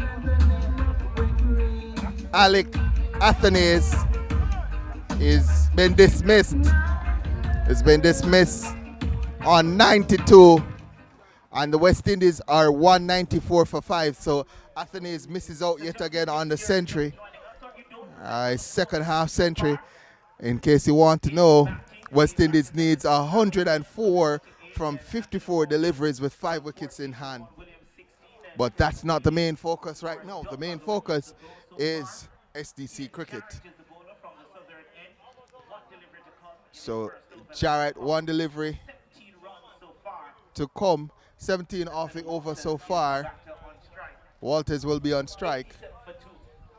87 for 2 is the score, as Jarrett comes in now to bowl to Walters, who's going big, hard, and he falls safely and turns and runs into the boundary for an SDC 4. Horrible feeling there from Lynx United. 21 from that Jarrett over, and the score 91 for 2. Poor bit of feeling on the extra cover boundary from Tevin Gilsine. Gave away 3 runs, you'd want to say. Poor effort from the Jamaica Scorpion opening batter. Yeah, indeed. Poor effort. You have to, at this stage, cut those off. Gayle United looking to get to the 120 mark at least. They have 3 overs to go. They're at 91 now for 2. Another 30 runs from the next 3 overs will put them in good stead. the wicket still offering something to the bowlers, even though we had a little bit of rain that would have freshened things up a bit. Well, Gilzine is given the opportunity from this commentary box, end of the ground. He'll be bowling to the destructive Alwyn Williams, who's well set on 48. 3 overs remaining. Gilzine ball in hand. Williams on 48. He's going to be looking to go to his off century with this strike. Here's Gilzine. He's up to the wicket now and bowls. Williams looking to sweep that one, misses. It's a wide and they come through for the single and pushes the score in 93 for 2. Now, so 2 runs came and not a legal delivery from Gilzine. This time it was on the line of the leg stump. I think Gilzine Williams would have been knocking himself there. Really missed out. You would see a freebie on the line of the leg stump. Yeah. The umpire and Jacqueline Williams signaling to the scorers. Leg by. So leg by. A late decision here by Jacqueline Williams. Seemed to consult the batter before making this decision. The folks on the boundary, folks on the boundary, they're ready and rearing for a catch in the crowd.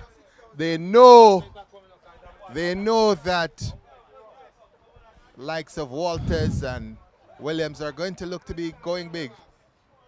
That means we're Walters actually on strike as Gilzine comes into him, and he's only able to work that into the offside for a single. Score pushes on now to 94 for 2. Walters in 19. Based on the spectators patrolling the boundary, we in the commentary box are very safe. We are safe. As Gilzine comes up to Williams now. Williams on the back foot and punching that down to the man at long off, and it's a single. And Williams is up to 49. Yes. The challenge now is what will be a good score. Here's Gilzine now. He's going to be bowling to Walters. This is 4th delivery, 3 singles so far. Gilzine comes in to bowl to Walters, who's hitting that one over cover, miscued, and good attempt there, but he put it down and he picks it up before it gets into the boundary, and they get 2. Jay Shields, a fast bowler there. Good effort from him, though he didn't manage to hold on to it. That should be a catch. Good effort. So 96 actually, 96 for 2 now. 5 of the overs so far. Anthony Walters scoring very freely, you'd want to see. Yeah. Minding you all, it's a 15 overs affair due to some rain. Yeah. So we lost 5 overs. Now to bowl to Walters. Walters looking to go big, drags it to the leg side, and I'm not certain what the fielder was seeing there, but Williams was out of his crease. He was in no man's land. Should have gone to the bowler. Gilzine went to the wicket keeper, missed an opportunity. An opportunity missed by Lynx United out of St. Ann. Here's Gilzine again to Walters, who's dragging that one to the man at short mid-wicket, and they come through for a single. With excellent feeling this time around. Good recovery. 13. 97 for 2. 2 more overs to come. I think Lynx would want to restrict this Gayle team under 120. Won't be easy. I think that's the mark, 120. You get to 120 if you're Gayle, you think you have a fantastic chance of winning. You are restricted below that, gives Lynx an opportunity. They've not been very good in the field as Lynx. They've dropped a couple of catches. They've had a few go by them, for boundaries. As West Indies now seem to be playing for a draw. 103 left to get 49 deliveries to come. They're 195 for 5. Here, Golder and De Silva batting. Here at Sheridan Park, O.J. Shields is back. He's starting from this the commentary box end, but he's now back from the housing scheme and that's into the housing scheme. Yeah, this is going to be a crucial over. At 97 for 2. You'll be bowling to Anthony Walters, who is not out 20 from 13 deliveries. And Williams is on 49. From 39. Yeah, has an opportunity to get that half century. Field spread far and wide. And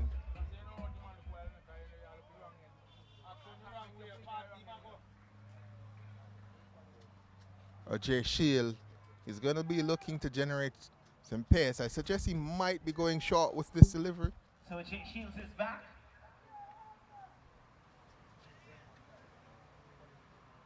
Bowled at 2 overs for 10.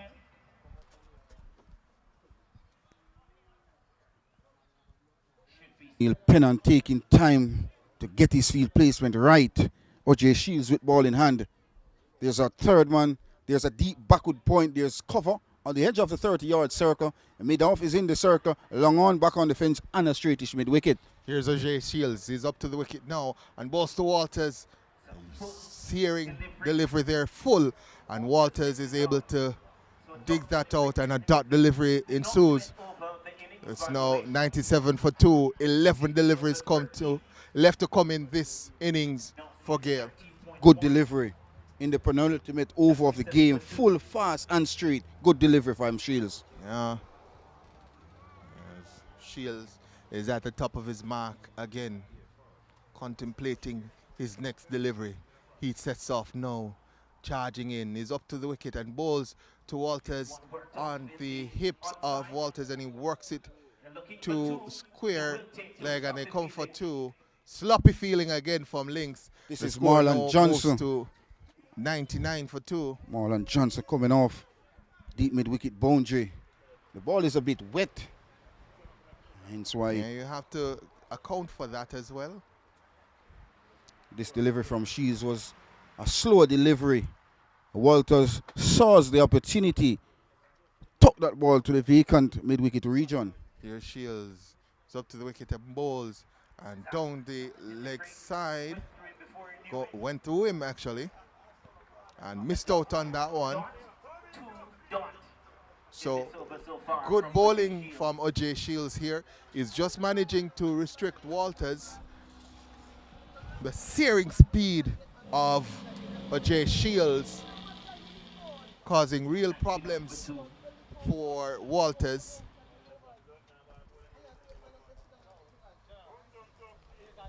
Three deliveries so far in the 2 runs. penultimate over.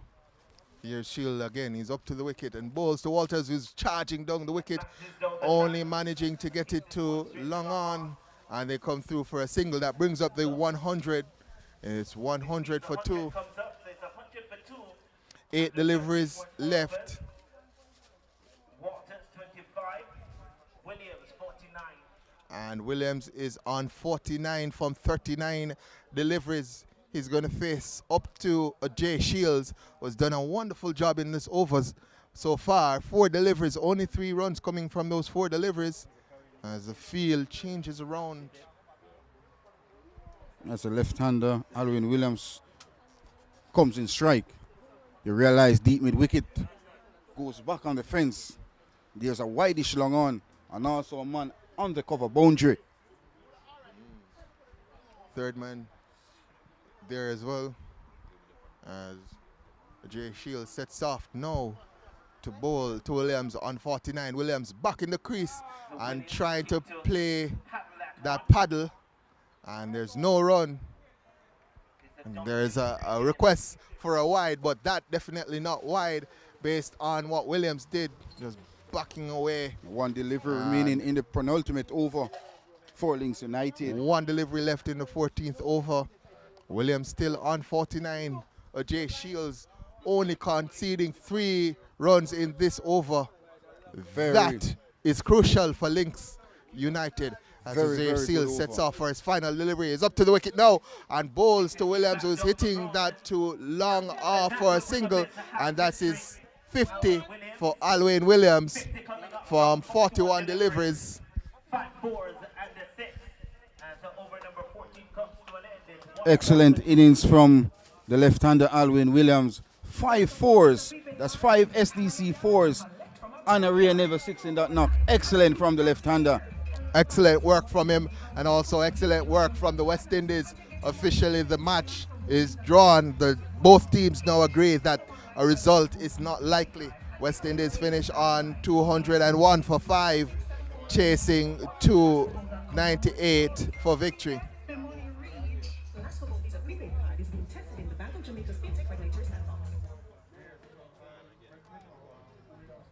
So Gilzine is back for the final over of the innings. Williams will be on strike. 6 deliveries to come. And Gail, they're on 101 for 2. 8 wickets in hand, but that doesn't matter. What they need right now is a big over. I suggest 20 would be an acceptable result from Gail. Anything under 10 would be acceptable for Lynx. So this is the final over of the innings. And the spectators beyond the boundary are ready. They're anticipating a mad dash, a mad charge from Alwyn Williams and Gail. Gilzine up to the wicket now and bowls, and that one is short, and he's hitting that one down to be backward square for a single, and it moves now to 102 for 2. Gilzine lucky Yeah. get away with that delivery. It was short and down the leg side. Yeah. Could have been put away for a 4 or maybe a rare nephew 6. You're Williams absolutely missing correct. out. Gilzine back to Walters, and he's hitting that one high in the air, and Bryce comes off the boundary and takes it. That one went high, high, high into the air. Didn't go very far. Bryce coming off the boundary, taking that one comfortably, and Gayle lose their 3rd wicket. They're now 102 for 3. Well judged catch there by Damian Bryce. Hit high in the air by Anthony Walters, and immediately as that ball hit, you could see Damian Bryce saying it's mine, and he took a wonderful catch and a very important wicket of Anthony Walters. It is now 102 now for the loss of 3. Swirled a little bit in the air, that one, and he did a good job of just keeping his eyes on it, ensure that he was under the catch, and managed to take that one relatively comfortably. So the new batter is Alaric Bailey, is the new batter from Gayle. 4 deliveries left, and Gale's innings has just stalled a little bit since the rain. They had momentum before the rain.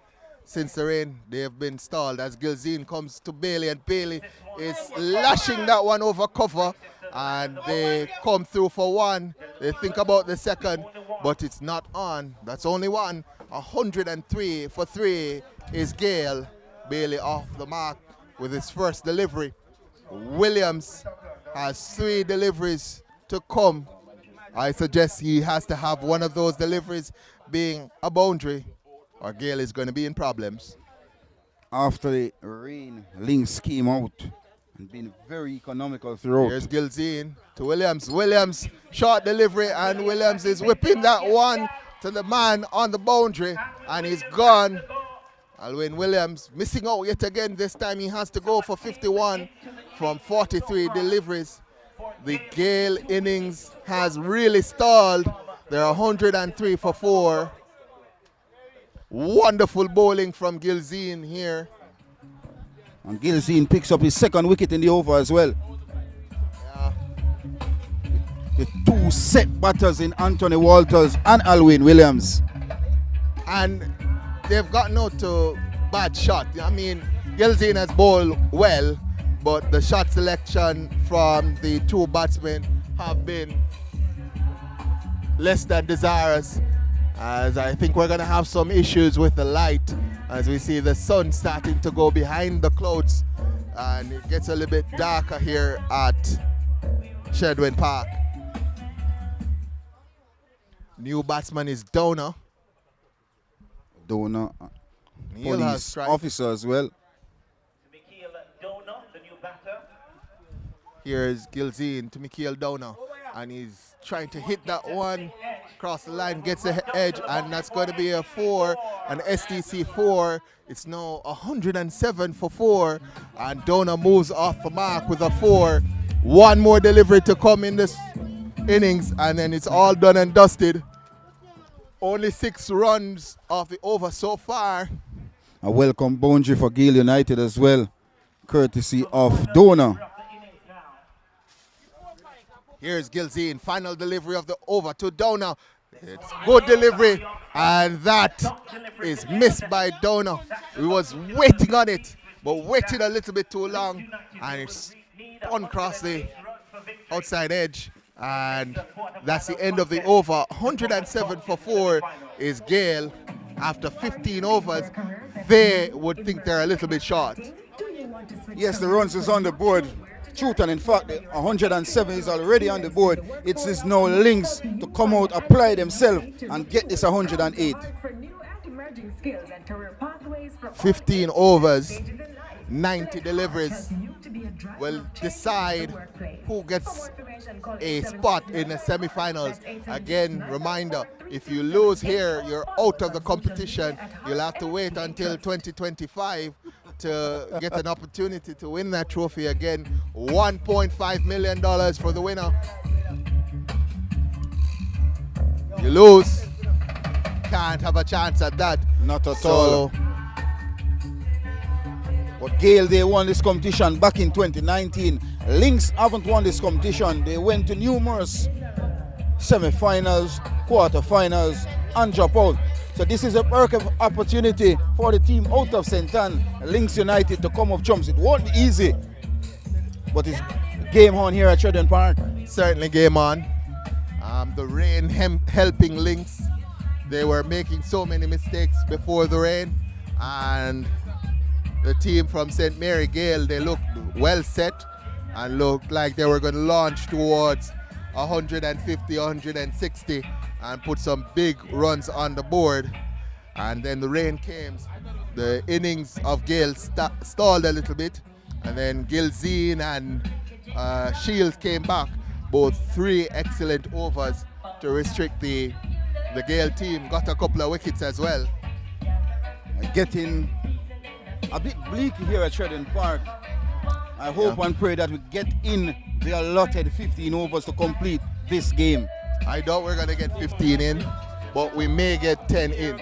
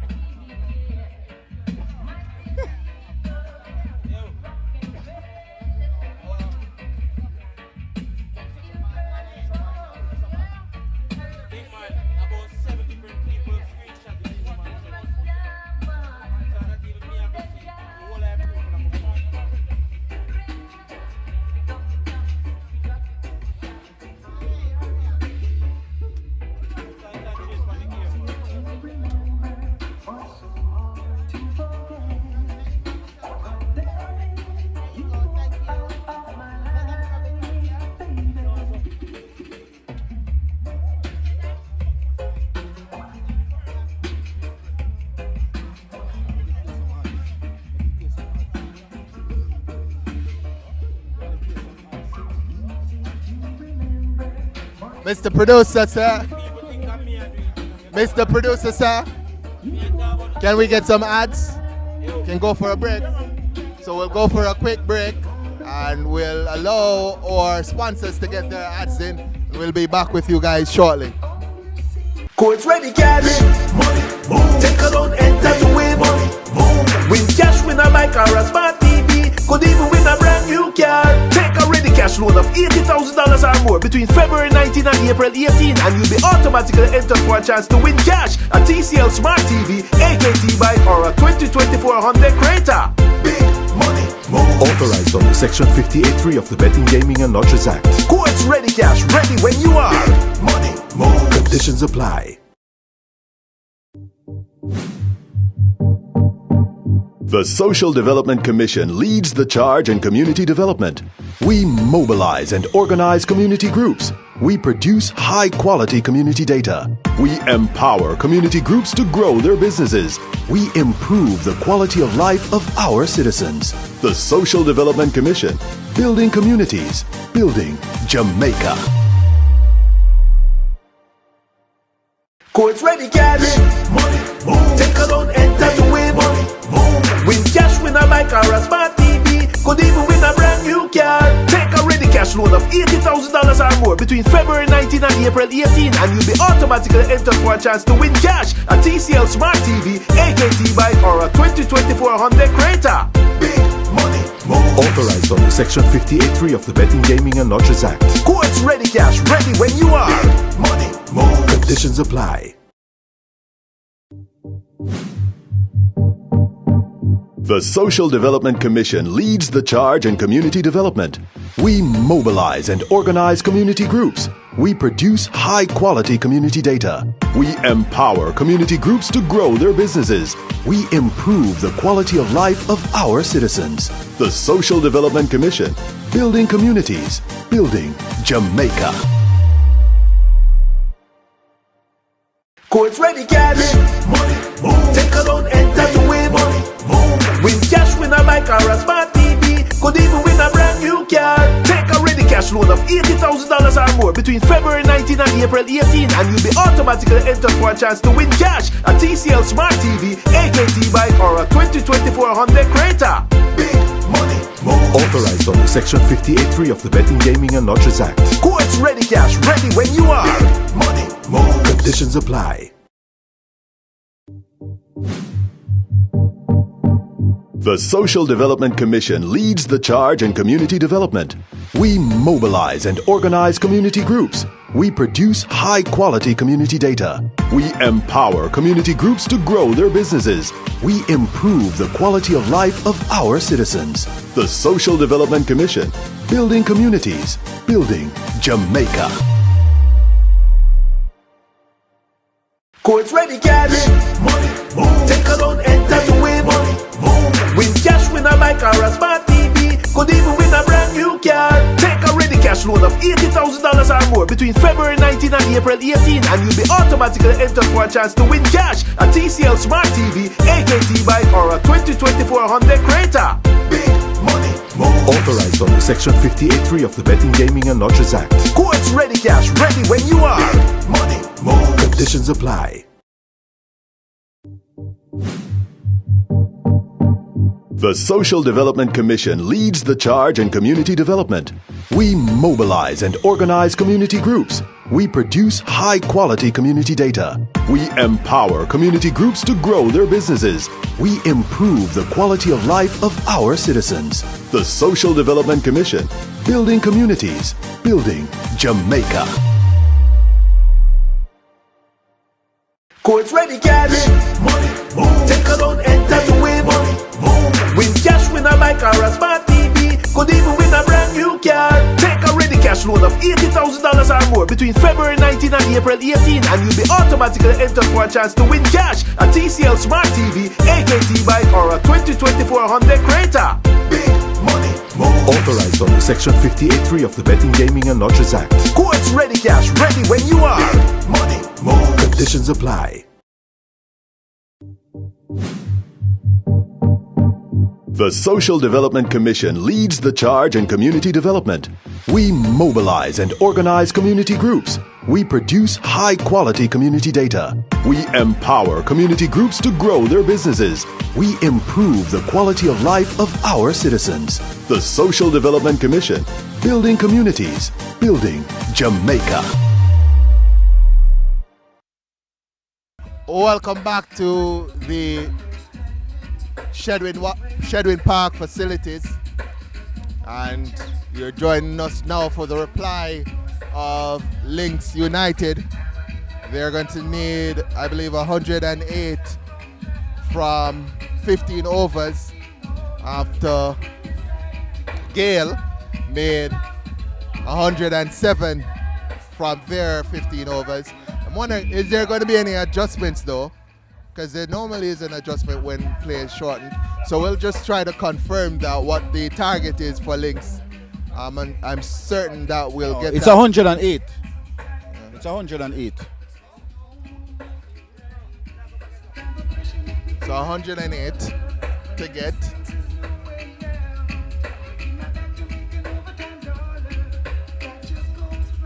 For Lynx. And they'll be pretty confident of getting that 108.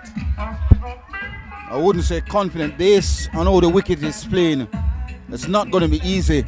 But what Lynx batters have to do, apply themselves, play positive cricket, and they will come out victorious if they do such. Who are the danger men in this Lynx batting lineup, Marlon? Yeah, Tevin Gilzine, who has played for the Scorpions 2 years ago. Damian Bryce, who's playing cricket all around. A young Ronaldo Ingram, who is also in the Scorpion setup. And a Dietmar Anderson could be very, very dangerous. It's going to be interesting to see how this reply goes for Lynx.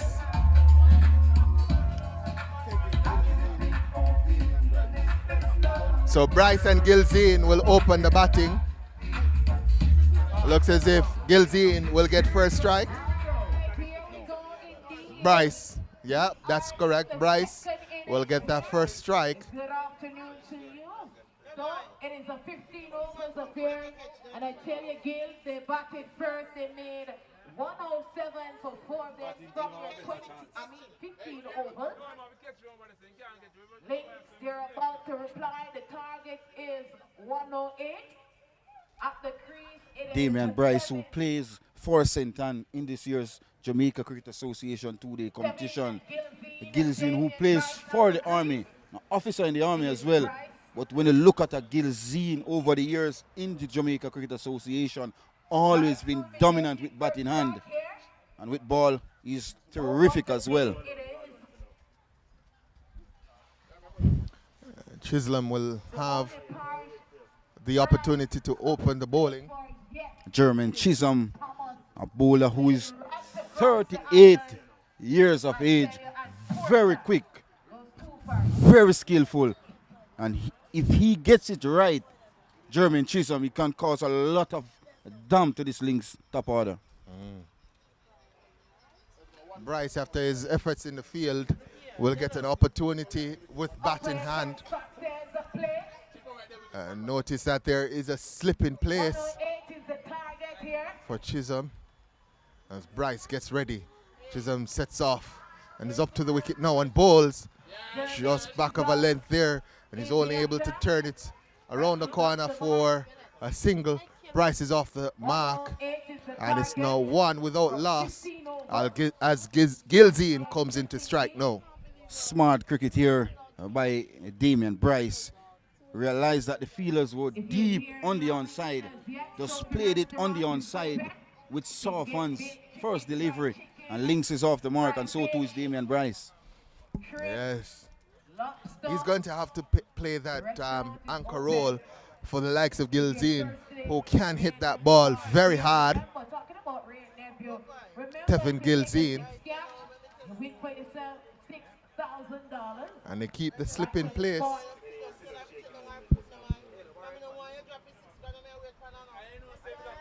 Well, Gilzine, let's see our starts here. The German Chisholm. Here's Chisholm up to the wicket now and bolts to Gilzine.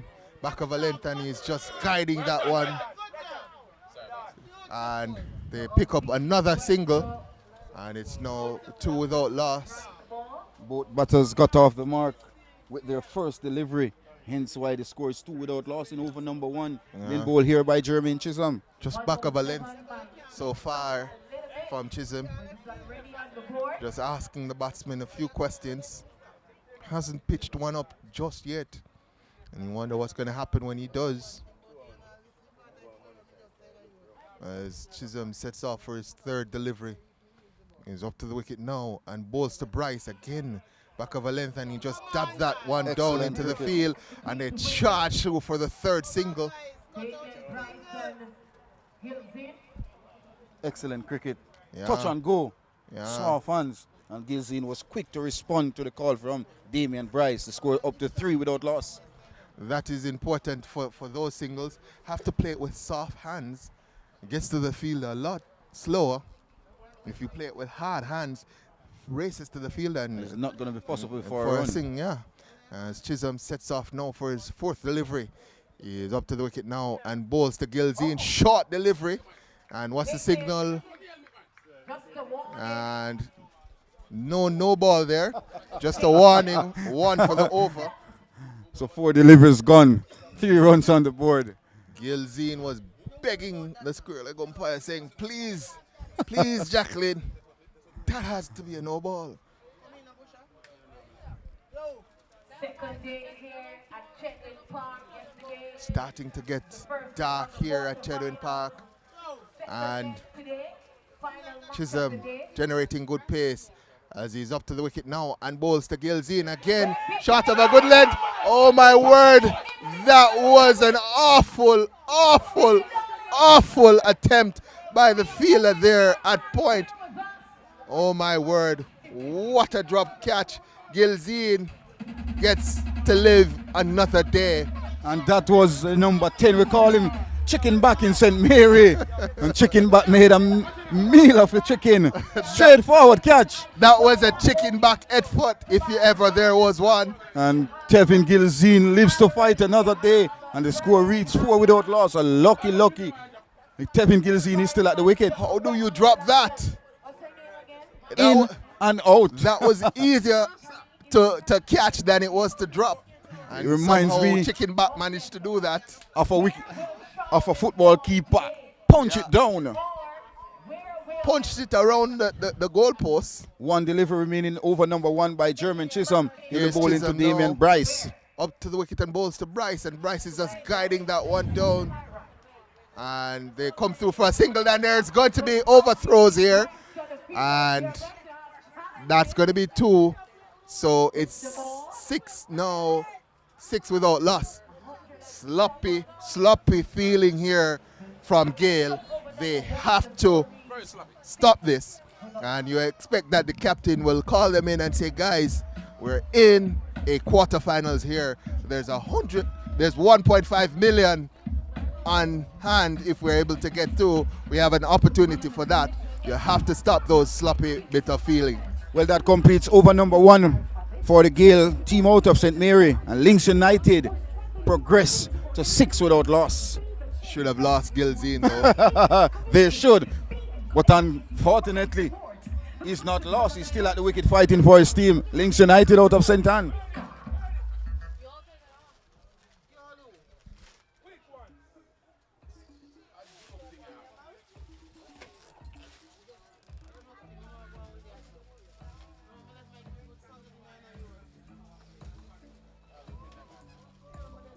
Hines is going to be the new bowler. And Gilzine, he'll have strike. I think Hines is a left arm seam bowler. This young man in Hines is very, very skillful. He's one to watch, this man Hines. Yeah. Tends to handle the ball into the right-handers and swing the ball away from the left-hander is Hines. Field is a little bit wet, which means that the ball is going to be a little bit slippery as Hines sets off now to bowl to Gilzine up to the wicket now and pulls out of that one. Not quite ready. 6 without loss, the Lynx United team out of St. Anne. The magical figure is 108 if Lynx are to progress to this year's edition of this SDC semi-finals. And it is starting to get dark as Hines set off on his run. Again, up to the wicket and bowls to Gilzine this time. Ooh, he's flashing outside the off stump and missing on that occasion. Through to the keeper, no run. Good pace, good bounce, good carry through to the wicket keeper. Top stuff here from young Hines. Very young. Gilzine living dangerously. Very young, talented, young fast bowler in Hines. Here's Hines up to the wicket again, balls to Gilzine, who's guiding this one down to the third man, and they pick up another single. Score now 7 without loss.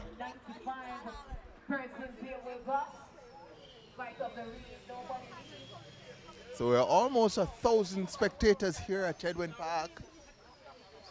Remember in an 95. interview yesterday, Darren Powell was asking when SDC started back in 2006, there was a lot of spectators. Back in 2024, we haven't seen the amount of spectators back then, Yeah.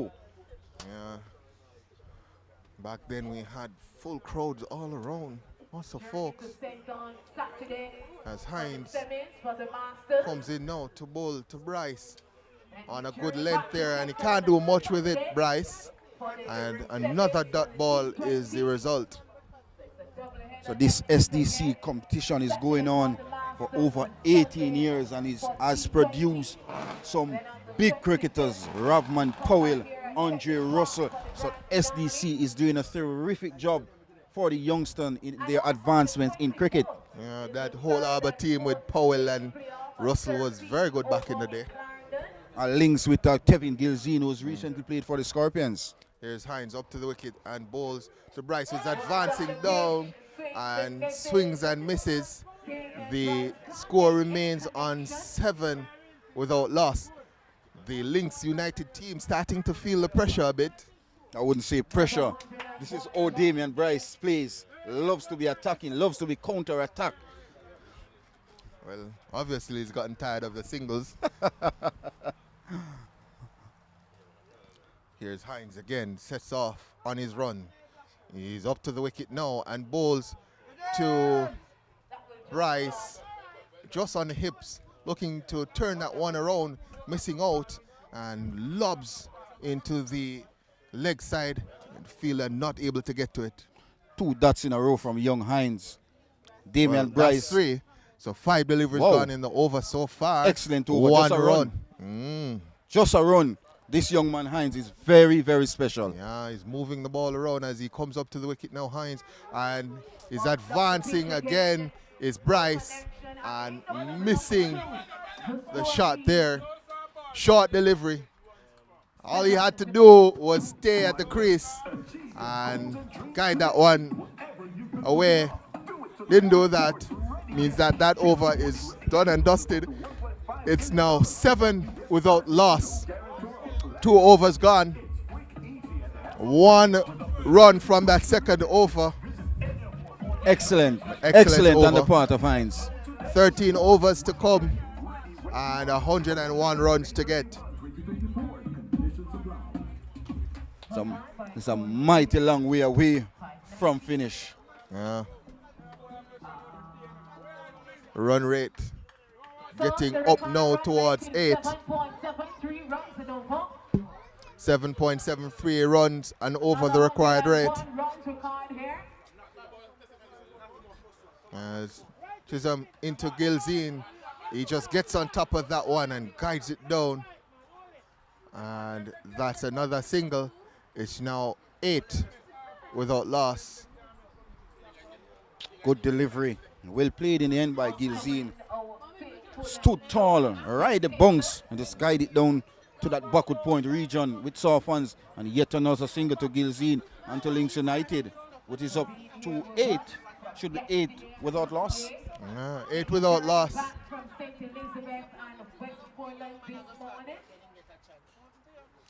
Gilzine now.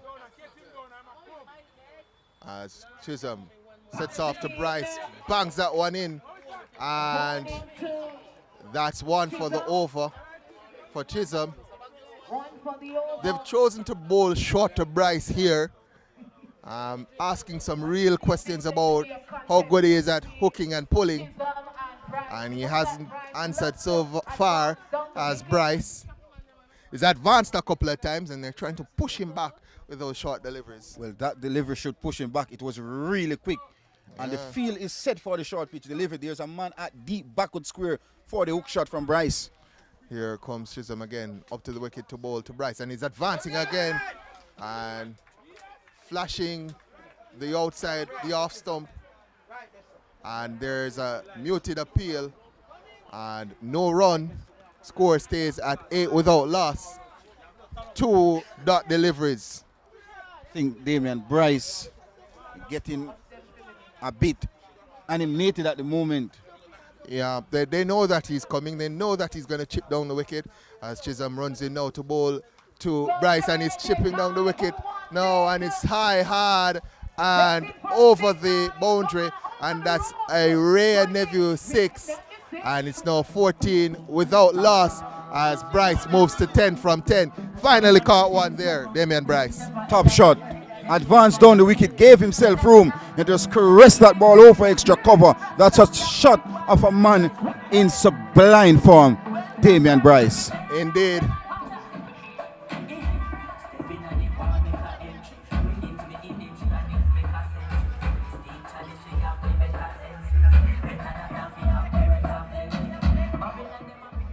So 4 deliveries gone in this third over, and Lynx United, they're 14 without loss. As Chisholm up to the wicket to bowl to Bryce, who's hitting that one high, hard, and over the boundary for a rare Nephew 6, right over the man at long off there from Damian Bryce. The score moves now to 20 without loss, and he's teed off, Damian Bryce. Back-to-back rare Nephew 6 for the left-hander Damian Bryce. If you think the first shot was amazing, then take a look at the second one. Big shot from the left-hander. Stayed at the crease this time, sat back and just waited on it right in his arc and took full advantage of it there. Damian Bryce, he moves now to 16 from 11. Good opening partnership so far. I think Lynx United out of St. Ann need to build on this start here by the 2 openers. Certainly. This is the sort of opening partnership you want. So 13 off the over so far, 1 ball to come. Here's Chisholm setting off to bowl to Bryce, and Bryce is advancing again, and he's pulling that one down to the boundary, and they come back for 2, and that was easy too. Bryce picking up 2. His score moves on to 22 without loss. Bryce is on 18, 15 from that over. 22 without loss after 3 overs. Damian Bryce breaking loose here at Chedwin Park. Very upset with himself with that last delivery. It was there for the taking, sat up, but I think he's tried to hit that ball too hard, hence why it didn't get the connection he requires. Sun is back out here at Chedwin Park, giving us hope that we'll get 15 overs in. I think the Lynx team is batting with the possibility that we may not get 15 overs in, so they want to be ahead of Duckworth Lewis when and if this match gets called off. Another 12 overs remaining. 12 overs to go, 86 required. Required rate 7.16. Gilzine 4 from 6. Bryce 8 from 21. As Hines comes in now to bowl to lovely Gilzine. shot off the back foot by Gilzine. What a wonderful shot from Gilzine. Nephew, sorry, at SDC 4. What a lovely shot by Gilzine. He just got on top of it. He stood tall and just punched that ball off the back foot through the backward point region. Class of the man, Tevin Gilzine. Yeah, just got on top of it and almost just caressing it to the boundary. He moves to 8 from 7, Tevin Gilzine. The score now 26 without loss, and Lynx really starting to motor now. And Gilzine gets his first SDC boundary as well. When Gilzine is in this sort of form, anyone in the world watching Gilzine won't want to leave around the YouTube channel or the TV. Classy right-hander is Tevin Gilzine. Let's see how the young Hines cope with that shot from Gilzine. Here's Hines now, sets off up to the wicket now and bowls to Gilzine, who is just patting that one down into the offside. No run. Just back of a length there from Hines.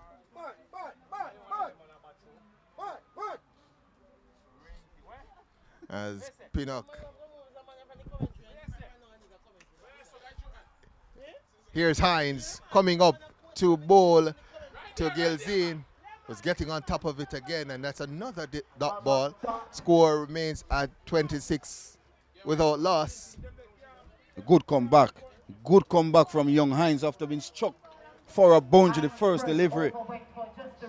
The second and third delivery is a dot. Yeah. So it's come back well. Hines 2-dot delivery after that fantastic 4 from Gilzine. Hines up to the wicket now. Slower delivery there. And again, Gilzine can't do much with it. He's 8 from 10 deliveries. And that is now 3-dot deliveries back to back. 3.4 overs for 26 runs so far. And no wicket. Even Stephen would want to say here at Sheridan Park. Even Stevens. But having not lost any wickets, Lynx might just be ahead as Hines comes in now to bowl to Gilzine, tucking him up, and he's just tucking that one around the corner, and they set off for 2. Easy 2 there for Lynx. They move now to 28 without loss. One delivery. 10 from 11. One delivery to come in this over. 6 from the over so far. I think Gilzine not been able to score freely. Should be thinking about rotating the strike. They have a Damian Bryce who's going great guns at the other end. Is it 2? Rare Nephew 6 has Bryce as Hines sets off again up to the wicket to bowl to Gilzine. Nice delivery there, and all he can do is guide that into the offside for a single, and the score moves now to 29 without loss. 7 off the over from Hines.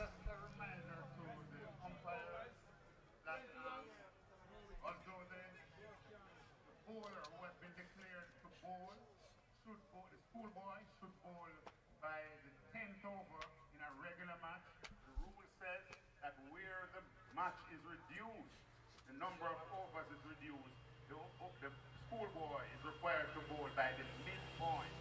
So it's 7 overs, so they should bowl by the 4 number over.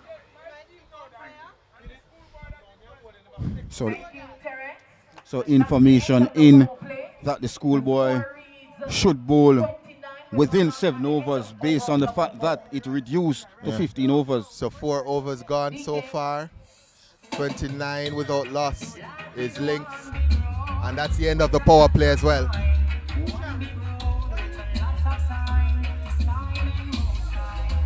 I think Damian Bryce is going to be key to the outcome of this innings. If he stays at the wicket, he is going to go at the bowling, and he's going to catch a few of them, and a few of them are going to go out of the park. If he gets out early, then Gail will want to take advantage of that and get to the middle order, and hopefully for them the lower order as well. So Murdoch is the new batsman. New bowler, sorry. New bowler. As the Gayle United folks are saying, yeah man, new batsman. So it's a new bowler. It's Murdoch. And Gilzine is going to be facing as Murdoch is in, and it's bowling to Gilzine, who's just tucking that around the corner, and they come through for 1. Score moves to 30 without loss now. And that is what Gilzine need to be doing. If he's not getting the boundaries, rotate the strike. The key about this T20 or T15, you'd want to say no, is to get singles when the boundaries are not coming along. Yes, indeed.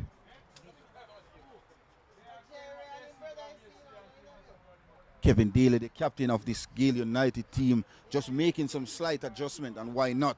A do or die situation for both teams. You lose here, you're out of the SDC competition for 2024. You go back to country and you don't come back. 30 without loss. We're in over number 5. Here is Murdoch, and Bryce just guiding that one down to man at point, showing that he has that delicate touch as well. So 2 from 2 deliveries so far, 31 without loss, in pursuit of that magical figure for victory, 108. Won't be easy, but this is where the competition, or the SDC T20 competition, gets real tough, the quarterfinal stage.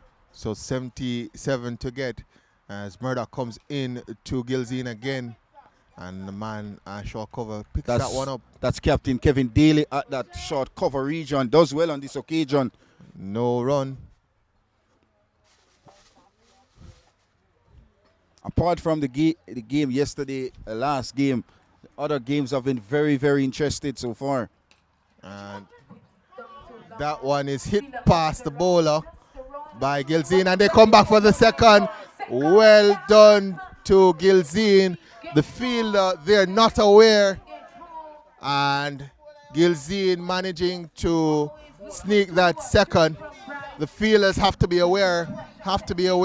Alwyn Williams was hesitant, and this time to get rid of the ball, Bryce seized the opportunity and pushed Gilzine for a second run. Excellent running between the wickets from Lynx United. Here's Murdoch again, into ball to Gilzine, quicker one, and it's to the fielder, and again, he's dropped it. That's the second one now. Second chance for Gilzine, put down. He's gotten a third life.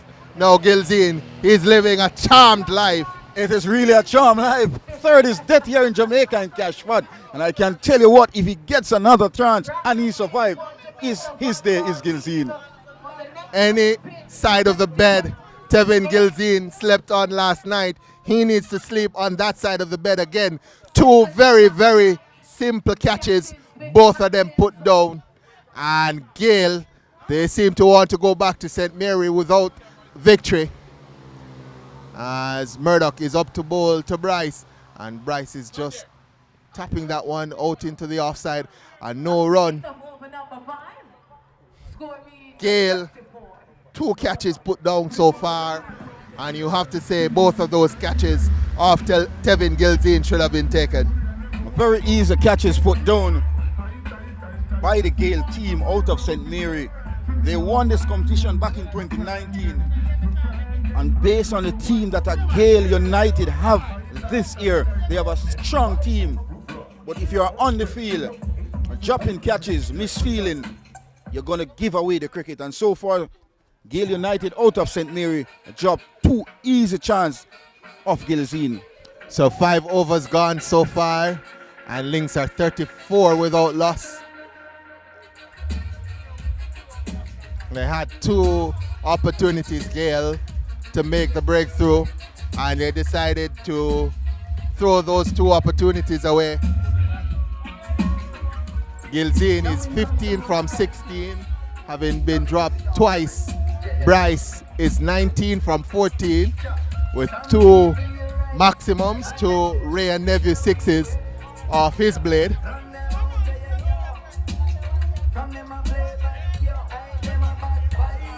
I think Ennis is going to be the new bowler. Young Ennis is a schoolboy from Taki High School. From Taki, yes. I remember him at Sabina Park playing in the All-Island final. He was outstanding with ball in hand. Very skillful young bowler is this young man, Ennis. And he's going to be bowling to Gilzine, who has lived a charmed life.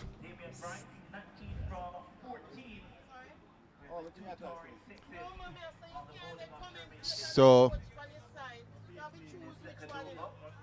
Ennis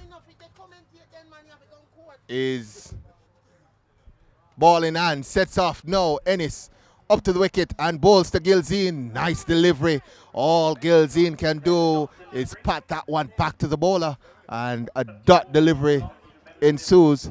They're chasing 108, 74 more runs to win, and 59 balls to come. Based on how the game sets up now, Lynx is in the driver's seat. As Ennis sets off again to bowl to Gilzine, up to the wicket and bowls to Gilzine. Nice length there And all Gilzine can do is drive and get that one off the inside edge. Comes to the man at long on, and only a single ensues from that. They move now to 35 without loss. A good start here by young Ennis. Taki High School, young cricketer, great potential. One for the future as well for St. Mary Cricket. He has to keep it tight here because Bryce is going to go after him. Has great variation as well. Suggesting that Bryce might just come down the wicket. Well, he might not because the keeper is up to the wicket. Probably to dissuade him from doing that, coming down the wicket to Ennis. He's going to have to stay in place as Ennis sets off on his run now. Up to the wicket to bowl to Bryce. Short and down the leg side. And Bryce really missed out on that one. 5 meters to the left or 5 meters to the right of the man at short fine leg, and that was 4. That ball was short. It sat up. Bryce could have hit that ball anywhere. But in the end, just got it straight to that fielder at that short fine leg region in. Seemed to be Williams. So only one delivery from the first 3 balls from Ennis as he is up to the wicket again and bowls to Bryce, who's looking to hit that one, and it's through the keeper and into the boundary for a Ray and Nephew 4 byes. Got nothing there, that delivery. Beat the batsman, beat the keeper, and into the boundary. You feel it for young Ennis there. A desperate dive by the fielder at the third man boundary. Throwing his body on the line, but just in vain. But a gallant effort by the man. So 39 without loss, 5 runs from the over so far, 2 deliveries to come.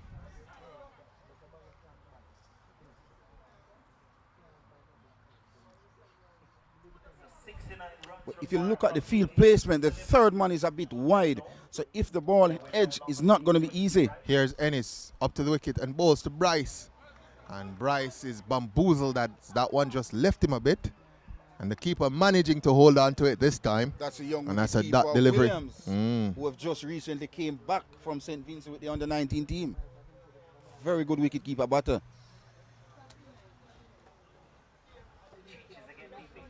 So 1 more delivery to come in this over.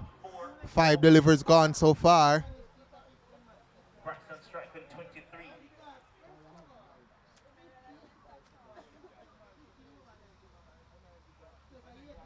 And Ennis ball in hand comes up now to bowl to Bryce. Bryce is looking to attack that one, but just gets it to the offside for a single, onside for a single. Score moves on to 40 without loss at the end of that, the 6th over. Excellent over from young Ennis. You realize his variation in his first over is outstanding. Not trying to do much, just trying to rotate his fingers over the ball, and Bryce and Gilzine have it very, very difficult to score this young man in Ennis. Indeed. Indeed. As this game is delicately poised. Another 68 runs to get, 54 balls to come.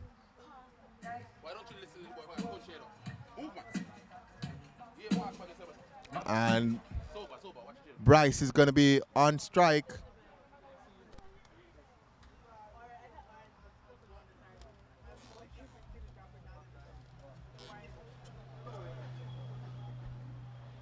And Bryce looking to heave that one out of the park. Misses out again.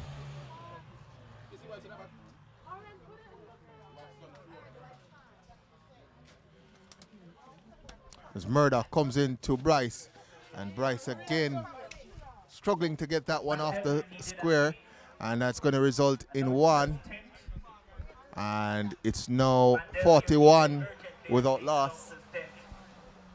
Realize the 2 deliveries in this over, keeping a bit low on the lower side of things. Bryce was looking to heave that ball towards the onside, and that ball was to his ankle.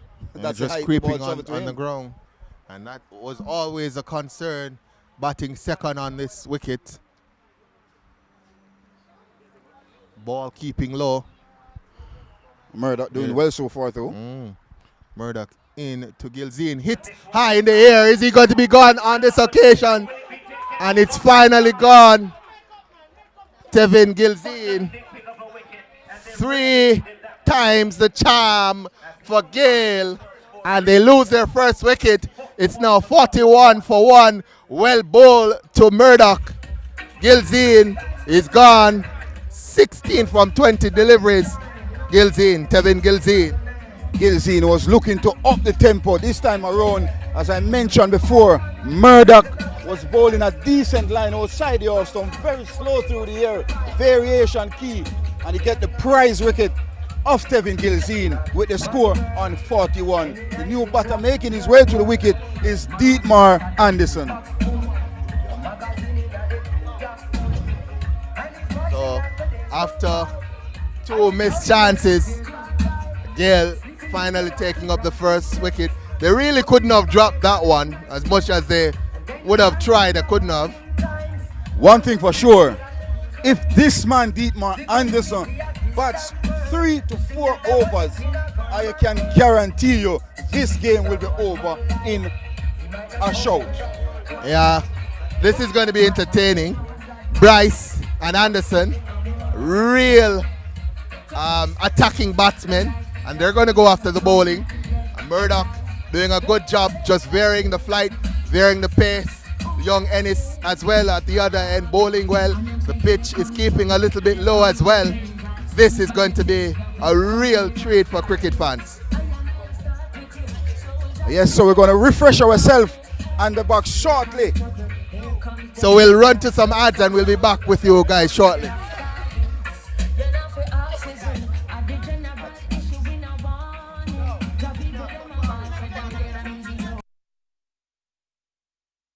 Courts ready, cash. Money, move. Take a loan, enter to win. Money, move. Win cash, win a bike or a smart TV. Could even win a brand new car. Take a ready cash loan of $80,000 or more between February 19 and April 18, and you'll be automatically entered for a chance to win cash, a TCL Smart TV, AKT bike, or a 2024 Honda Creta. Big money, move. Authorized under Section 58.3 of the Betting, Gaming and Lotteries Act. Courts ready, cash, ready when you are. Big money, move. Conditions apply. The Social Development Commission leads the charge in community development. We mobilize and organize community groups. We produce high-quality community data. We empower community groups to grow their businesses. We improve the quality of life of our citizens. The Social Development Commission, building communities, building Jamaica.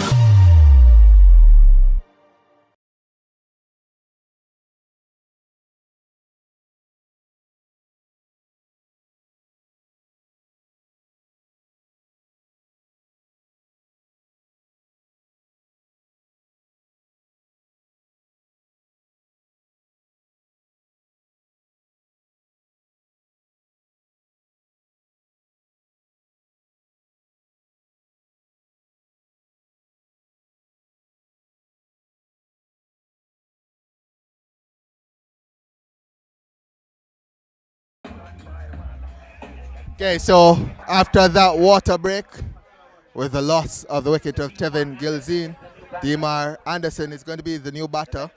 6.5 overs gone, 41 for 1 is Lynx.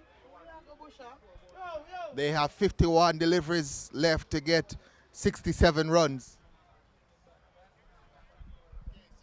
Anderson getting ready to face his first delivery from Murdoch. Here's Murdoch, comes up to the wicket now and bowls. Quicker one, and it's right to Anderson. Kept low as well.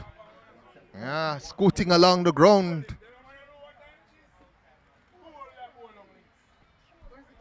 Murdoch doing an outstanding job so far with ball in hand. Dub down to the short third man by Anderson. And Anderson is off the mark. The score is up to 42 now for 1. It's not standing up for the likes of Anderson and Bryce to hit it out the park. It's just keeping low. And Murdoch 42 for 1. into his second over. 1 delivery remaining in his second over. 1 for 7. Fantastic spell of bowling so far.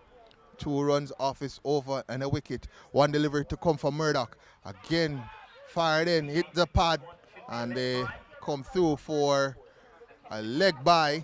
It's now 43 for 1. That one was going down the leg side. And that completes Over number 7.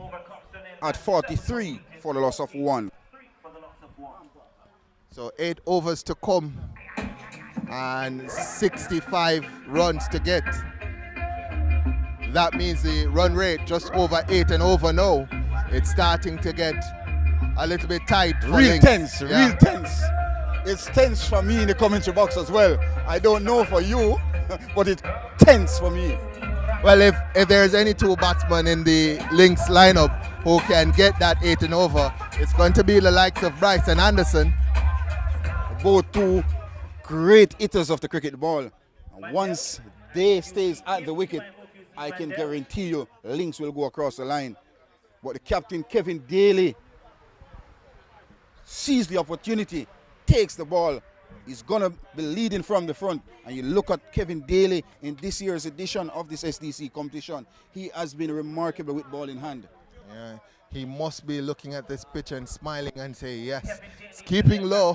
All I need to do is keep it wicket to wicket, and I may get an LBW or bowl as he comes in to bowl to Anderson now, right up in the black hole there from the captain Daly.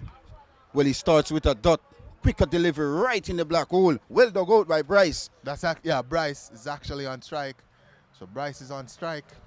Daly, ball in hand. The score 43 for 1 in the 8th over as Daly comes up again to bowl to Bryce. Again in the black hole, and it's in the air. It's going to land short of the fielder and does a good job and hits the stump. Oh, that is unfortunate for Gail. But what is good for Lynx is they got 2 runs. Yeah, the score moves to 45 for 1. Life is unfair. Life is unfair. You hit the stump from the boundary and then get an overthrow. So 63 runs to win from 52 deliveries. And 9 wickets in hand for the Lynx United team as well. 46 deliveries. Here's Daly up to Bryce, and he's just defending that one back up the pitch. From Bryce, looks as if he wants to play a long innings here. So let's score 2 sixes. Here's Daly again coming in to bowl to Bryce, and oh my word, inside on the edge actually, and that was close. Bryce is lucky. He's lucky. Top bowling performance here from Daly, keeping it very tight for his team, leading from the front as the captain. 3 deliveries so far. A dot, 2 and a dot. Excellent from the off spinner. Actually, I think that was a single, as Anderson is now on. Yeah, Anderson is now on strike. It's 46 for 1. Immediately as Dietmar Anderson gets into strike, you realize the field placement, a deep mid-wicket, a deep backward square, a man on the long corner and long on. So 44 deliveries to come. Here's Kevin Daly down leading edge, and Demar Anderson gets a single. Well bowled there from Daly. Wow, that was spun, pitch on leg stump and spun across the left-handed Anderson. Thought he was going down the leg side, but didn't got the leading edge. So Daly is getting a little bit of turn here. Not a lot of bungs, but a lot of turn out of the wicket. Wicket starting to deteriorate as Daly is up to the wicket to bowl to Bryce. Well done, right up into that block hole. Faster, quicker one, and Bryce couldn't do much with that. And 8 over gone now, 47 for 1. By my count, 7 overs to come, which means 42 deliveries and 61 runs to get. Still, even steals at Shredden Park. You don't want to underestimate a Lynx United with these 2 batters in the middle. Yeah. Anything can give you. Not underestimating Lynx any at all, but I'm saying that pitch is not playing as it did yesterday. It's starting to take turn. is starting to keep low, and batting is getting a little bit difficult on that pitch. As a matter of fact, I'll go further than that and say batting is getting very difficult on that pitch. It is indeed. I absolutely support your thoughts. Williams is going to be the new batsman, the new bowler. Alwyn Williams. The last time I said that, Lynx lost a wicket. I hope I'm not the goat mode this time. And this man with ball in hand scored an half century. Yes. In Gayle innings as well. So he had a good time with the bat. Has the ball in hand now. And he's going to see if I am the one who has the commentator's curse. I'm sure my good friend Marlon Pinnock will be saying, no, you don't have that curse, and there won't be a wicket.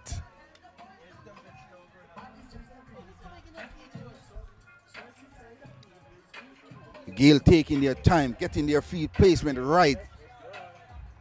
Kevin Daly, the captain, leading from the front. Getting his field placement right. He's also the captain of the Jamaica Defence Force team. He's a leader, and so far we've seen on the field, his field placement has been great. And this is going to be a crucial over, I'd suggest, from Alwyn Williams, the 9th over. 61 from 42 as Williams comes up to the wicket and bowling to Anderson, Demar Anderson.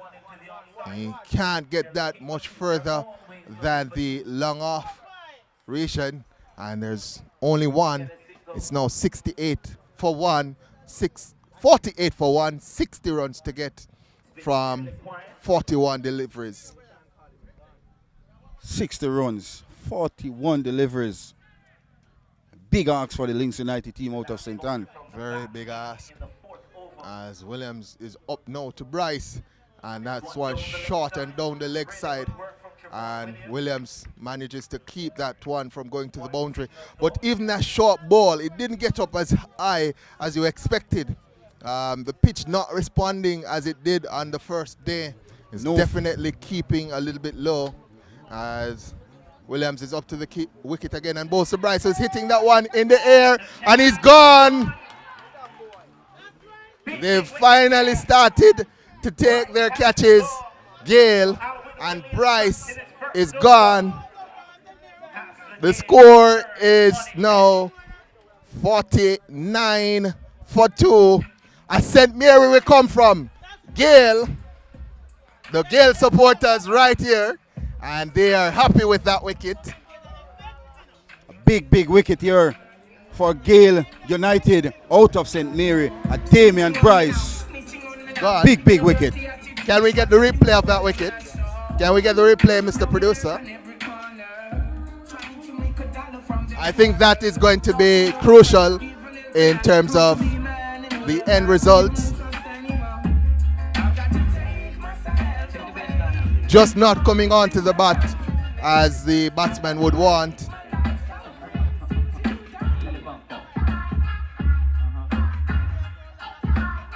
And Bryce was hit 2 Ray Neville 6. In the gender, but a big opportunity, a big job is needed from this right-hander. Yeah, Gayle, they've done a good job after that charge from Bryce. Ball maybe not as hard as it was in the first 5 overs. Starting to get a little bit softer. The pitch as well deteriorating, and the task has become a little more difficult as the second wicket has fallen.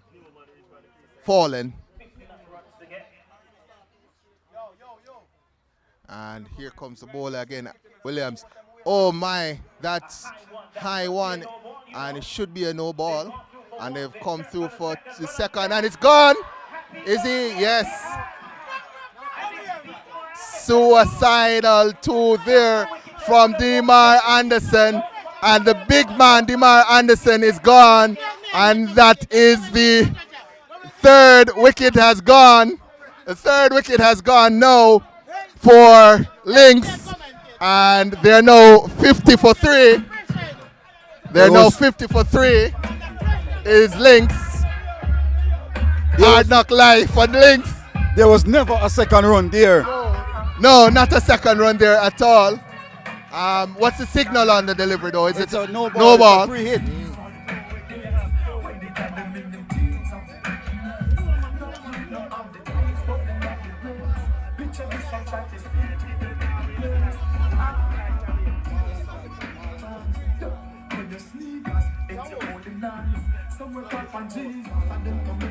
So Marlon Johnson is going to be the new batsman. He walks at number 5 and knows that 58 runs are required from the next 39 balls. St. Mary's spectators getting wild here at Shedden Park. And the Henderson was run out. Poor cricket here by the Lynx United team out of St. Anne.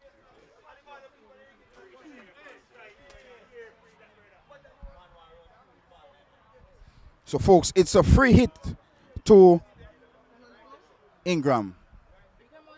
Ronaldo Ingram. So Williams into Ingram. Oh, bowls him. It's a free hit. So no wicket there, but well done from Williams. A searing Yorker taking out the off stump of Ingram. And Gail, they are on the charge. You can almost feel the momentum, the atmosphere. It's saying Gail. The Gail fans from St. Mary, they're on their feet. They're jubilant and they're ready to celebrate. 50 for 3 is Lynx. As that one from Williams is worked into the onside and they come through for a single. It's now 51 for 3. The required rate is now 9.16. 9.24. 9.24 now, so it's going up. Every ball, you get a single and the required rate goes up. Well, Marlon Johnson getting ready to face his first delivery. A former youth player, a former captain of St. Anne cricket team as well. A very, very destructive right-hander. Touch player, you'd want to say. Here's Williams now. He's up to the wicket and bowls to Johnson. And Johnson is hitting what? One into the third man boundary, screwing off the edge for an SDC 4. A welcome boundary for Lynx United as well, courtesy Indeed. of Marlon Johnson. First delivery. So that pushes the score now to 55 for 3. 53 runs required.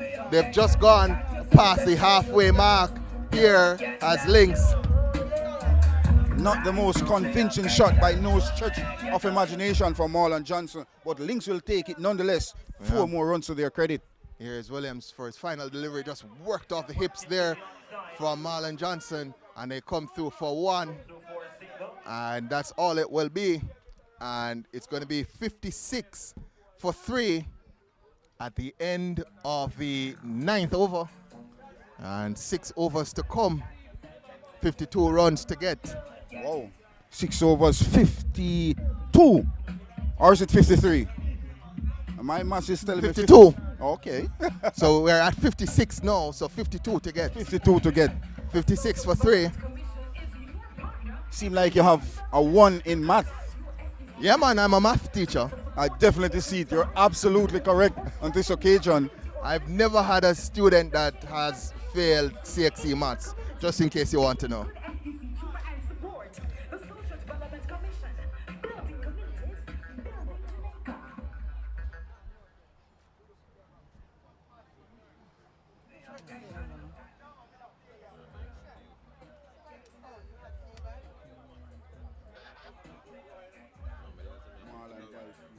So Marlon Byfield has been introduced into the attack from this our commentary box end, and will be bowling to Marlon Johnson.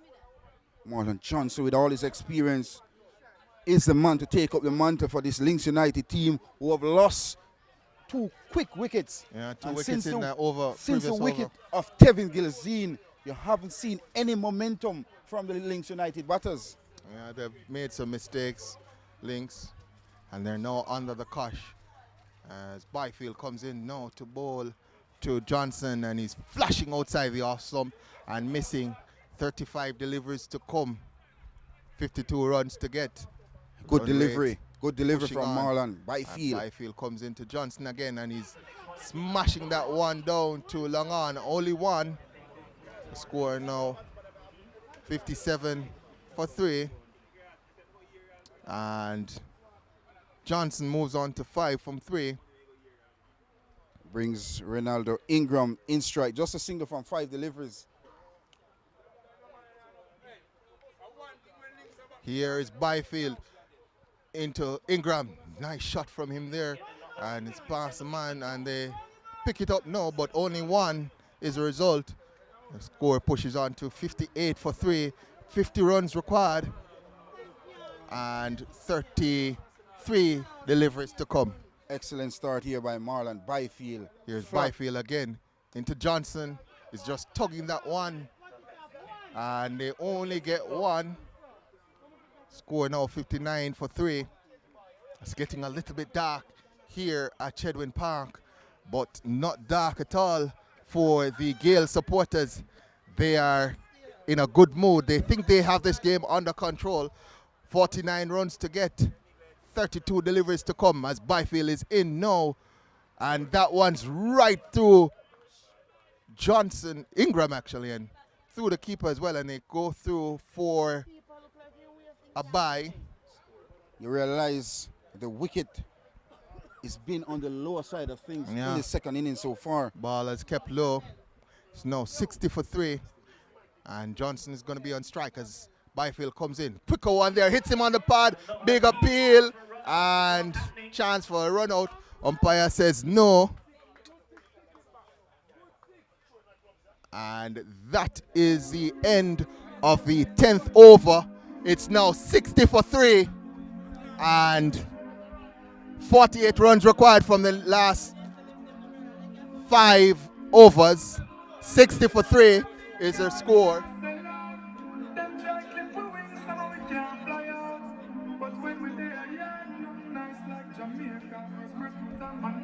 48 from 30 deliveries.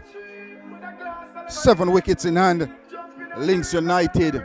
Gayle out of St. Mary really came back, pulled back the game, and shooting in fact, Gayle out of St. Mary.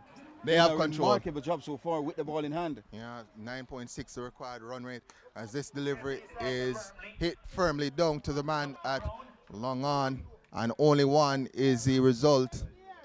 Williams is back. The score moves on to 61 for 3. Marlon Johnson is going to be on strike. He's 7 from 5. 47 from 29. Another 47 runs required. 29 legal deliveries. As a dog enters the pitch and gets off the pitch as Williams in now, and he's hitting that one high, hard, and that's a rare Neville 6 to Marlon Johnson. He moves to 13 from 6, and the score now 67 for 3, 41 required from the next 28 deliveries.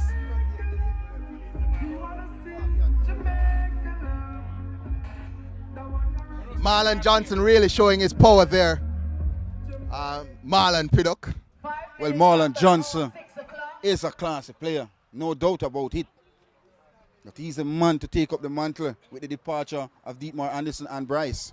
Here's Williams up to the wicket again, and Johnson is advancing down, and they come through for a quick single.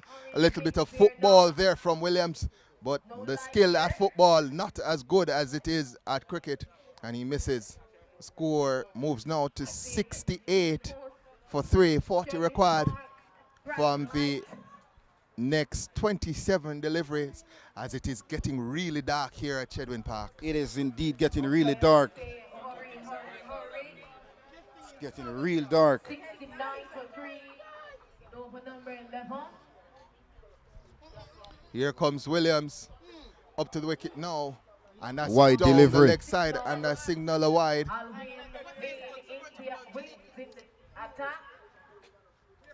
Graham missing out on that one as well.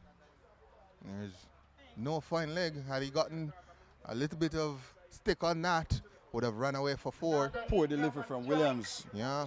Here's Williams into Ingram again. And this one should be 2. And they come back for two. Just tugging that one to the square leg boundary. Does Ingram. And he moves on to 5 from 9, sorry. Score 72 for 3. Led by a wide 2 runs from the over so far. 10 extras in the innings.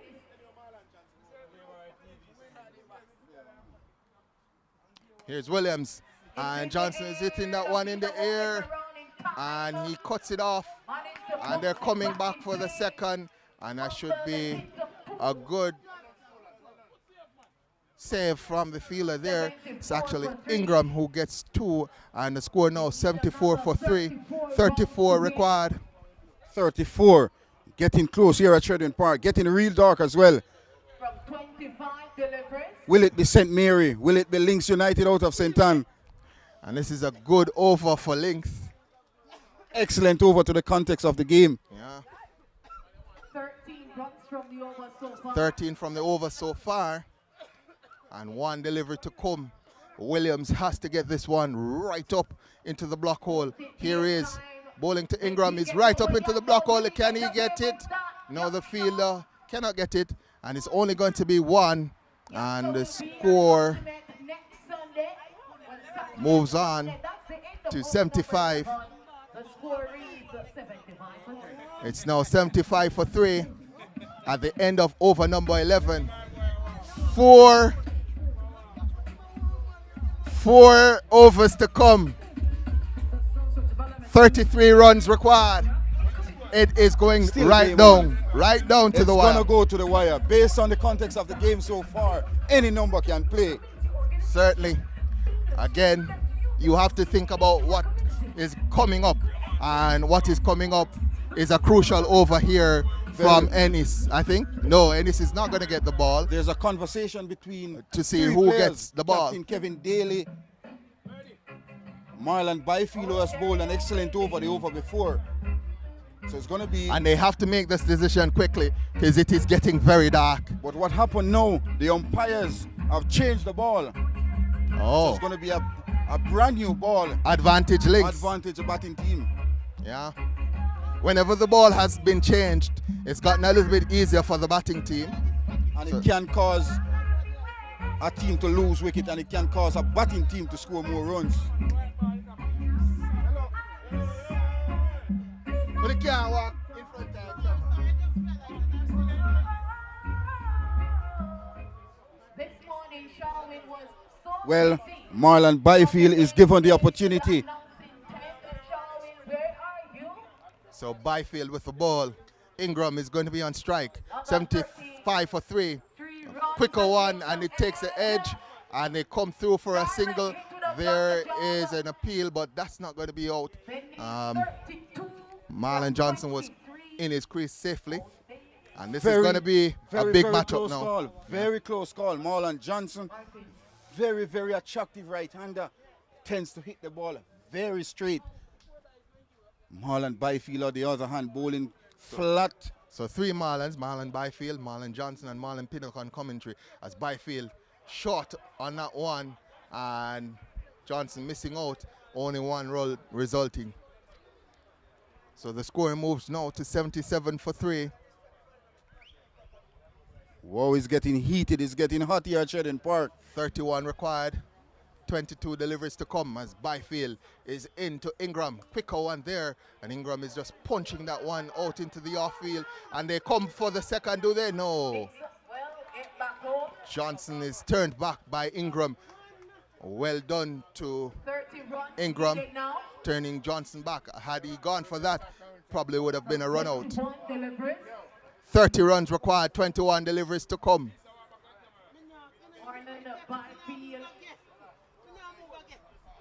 Marlon Johnson and Ronaldo Ingram, both batters at the wicket. They are in control for Lynx United. Lynx United lost 3 wickets.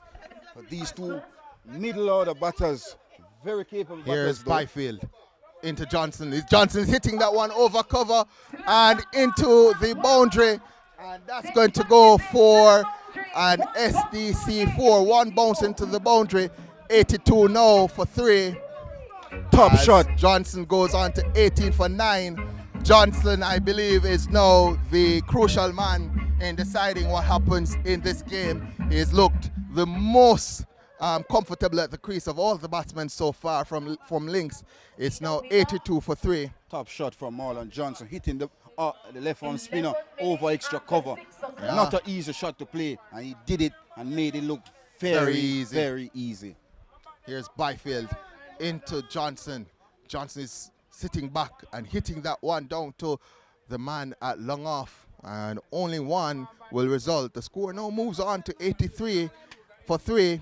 25 runs to get, and that's 19 deliveries to come. So 8 of the overs so far. Here's Byfield into Ingram. Ingram is hitting that one in the air, and it's going to drop short of the fielder and then come through for one more. It's now 84 for 3. And that's the end of 12 overs. 18 deliveries to come, 24 runs to get. The required rate, 8, exactly 8 If you look at on the the mark. equation, it's not hard. Rotate the strike, and when the ball presents itself, you capitalize. With Lynx have 7 wickets in hand. Yeah. Lynx, I think, back ahead of the game after losing 2 quick wickets.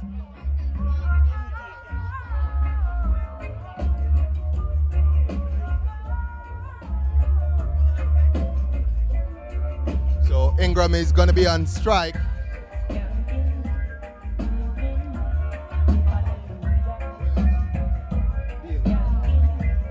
So, no. Seem like Jermaine Chisholm, the fast bowler, will come back. So Chisholm is back into the attack from the Innswood Housing scheme end, and he will bowl into Ronaldo Ingram. With the lighting so poor, Chisholm, the fast bowler, is brought back. Ingram is going to be on strike. This is going to be a crucial over as Chisholm sets off. He's up to the wicket now and bowls to Ingram, and that one goes nowhere. And a dot ball. 24 from 17 is the equation now. Looking to force the issue this time around with Ronaldo Ingram. Still a run-up ball from here on, can carry Lynx through. But Jermaine Chisholm, with all his experience, with all his pace, he's been around St. Mary cricket for a number of years, and he's a key factor in this spell of bowling. Young Hines, the left-arm seam bowler, did very well up top with his first 2 overs. Indeed, as Chisholm sets off up to the wicket now, and bowls to Ingram, short delivery, and that one's pulled and goes into the fence for an SDC 4. Top shot from Ronaldo Ingram. It was short, it set up, it was there for the taking, and Ronaldo Ingram obliged. Top shot from the right-hander. You have to wonder about that decision from Daly to go short with the pitch keeping a little bit low and 2 pace. You don't necessarily want to go short, you want to go straight and at the wicket. 20 runs needed from 16 deliveries as Chisholm sets off now up to the wicket and bowls to Ingram, who's hitting that one high into the air and into the boundary for an SDC 4. 16 from 15 needed now, and Lynx, they are well and truly on the way. Poor bowling here from Daly, pitching it short, and being treated to 4s and 4s. Still not learning his Daly. Has to pitch it up and ask the batsman to hit him. If he misses, he hits, he gets a wicket. With Jermaine Chisholm pace, full, fast and straight, with the light in this condition. That has to be the way to go. Outside the stump. Short, wide, asking the batsman to do whatever he wants. Pickings, bread and butter for the right-hander. Here's Chisholm again, up to the wicket, and bowls to Ingram, and it's down the leg side, and that's another wide. So 15 required from 15. Yeah, 93 for 3.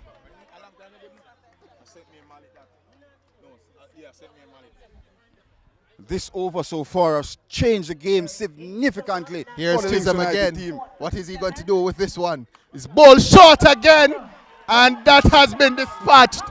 Chisholm, what are you doing? What are you doing? Chisholm has absolutely given this game away.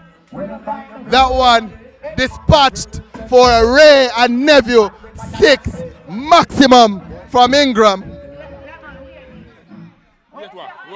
Short delivery. So Short 9 delivery from required. Jermaine Chisholm. Dispatch 9 required by Ronaldo Ingram. from 12 deliveries.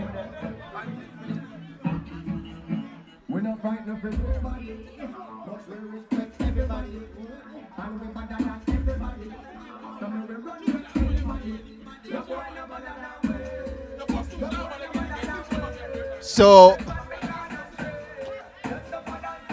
actually one more delivery to come in this over. One more delivery to come in this over. So that's 13 deliveries and 9 required. Actually 14 deliveries. So absolutely. As Chisholm again short and guided into the boundary. Is it? No. Picked up and only 2 run resulting there. And a big over for Lynx United. My team. word. Courtesy of this man, Ronaldo Ingram, put Jermaine Chisholm to the sword. My word. Oh my word. 2 4s and a 6. A Ray Neville 6.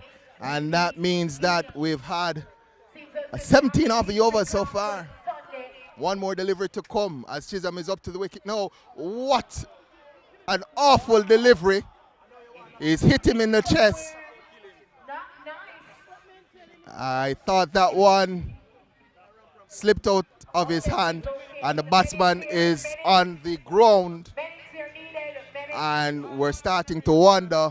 Nasty delivery from Jermaine Chisholm. It's getting really dark and the fast bowler lacking control.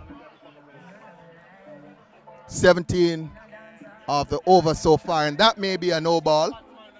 That may be a no ball. Free hit.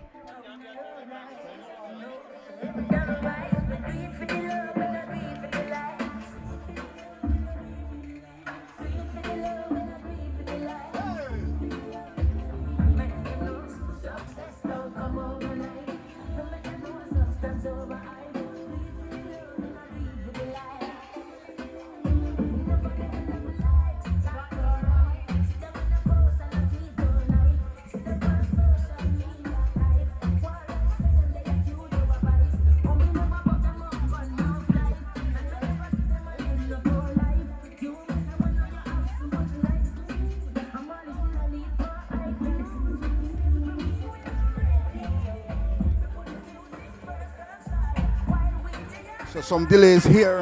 Ronaldo Ingram has been struck. But it's good to see him up and ready to go again. Lynx United just need a mere 6 runs for victory.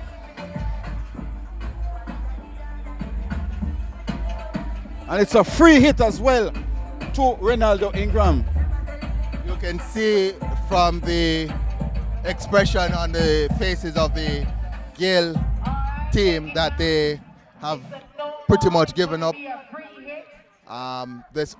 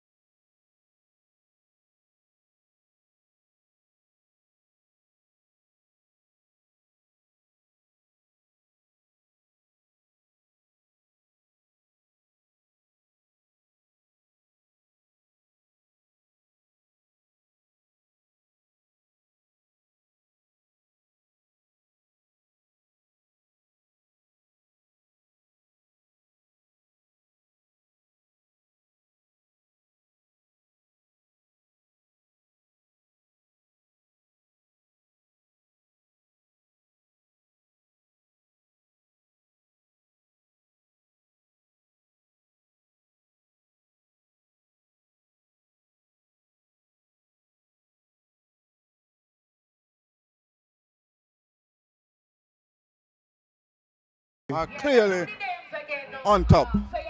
As a track and field man, Lynx is They're lapping them in now. front They're now. lapping them now. That's why I mentioned cricket is a glorious game of uncertainty. Yeah. And so far in this game, we have seen that from Lynx United. But you have to say that that game was given away by Chisholm. He's overcosting 18 runs, changing the complexion of the game, absolutely. But when you look at how Kevin Daly bowled 1 over in the game for 4 runs, and Marlon Byfield, you look at it and say you have an extra spinner on the field. Daly himself as the captain should have stood up as the captain and deliver. Chisholm was a bad decision to go to Chisholm, and bad bowling from Chisholm as well. Kept on pitching it short, Yeah. and got the treatment. 6 runs needed from 12. 5 needed from 12.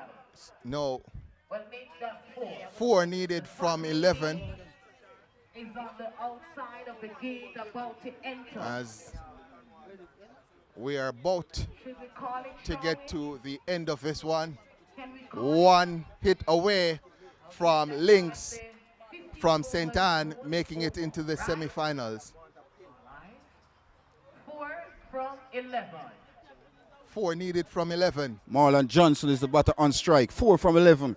Lynx United. Is it Gayle out of St. Mary or is it Lynx from St. Anne? Good delivery. Quicker through the air from Byfield. A dot delivery. A rare dot delivery this time from Marlon Byfield. Here's Byfield into Johnson. Johnson hitting that one down to the boundary, and that's an SDC 4 and the end of the game. Lynx United from St. Anne, they will go into the semi-finals. 108 for 3. Ingram 30 from 22. Marlon Johnson 23 from 12. They have done well. You thought for coming out yesterday and today, and I want to say it was nice being here with you. Join us next Sunday at Ultimate for the semifinals, and Saturday as well for the last semifinals.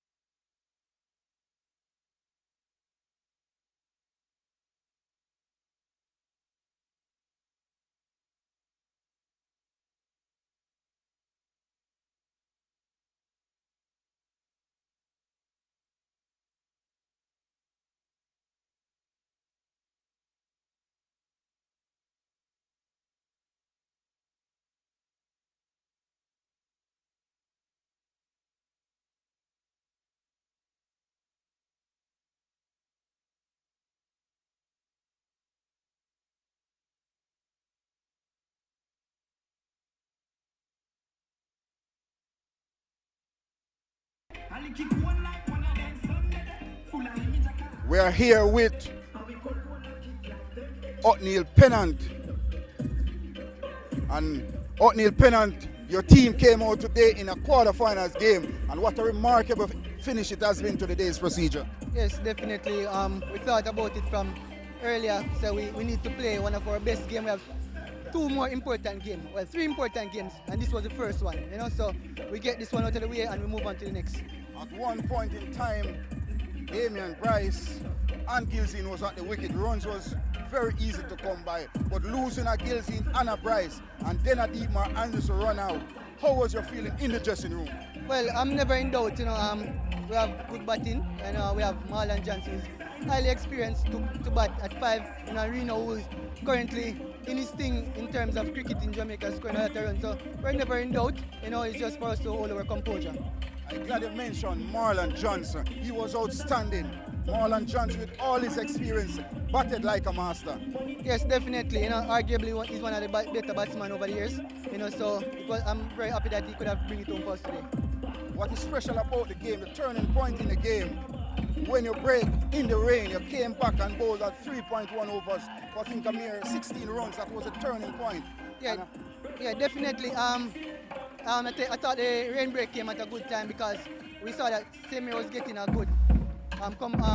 They were accelerating right at that time, you know, so it was good the break came and kind of slow it down, you know, and then it worked in our favor. You know, Tevin and OJ come and bowl 3 good overs here. Well, Lynx has been going to the semi-finals but not been able to win an SDC title. Is it this year the 2024 title? It belongs to Lynx? Well, definitely that's the aim, but we just want to take it a game at a time. You know, so we have the semi-finals coming up against Junction. You know, we played a game against them last year, which wasn't one of our best. So we definitely want to make sure that this time is our best game. All right, O'Neil Pennant, all the best for the remaining of the competition. Thank you.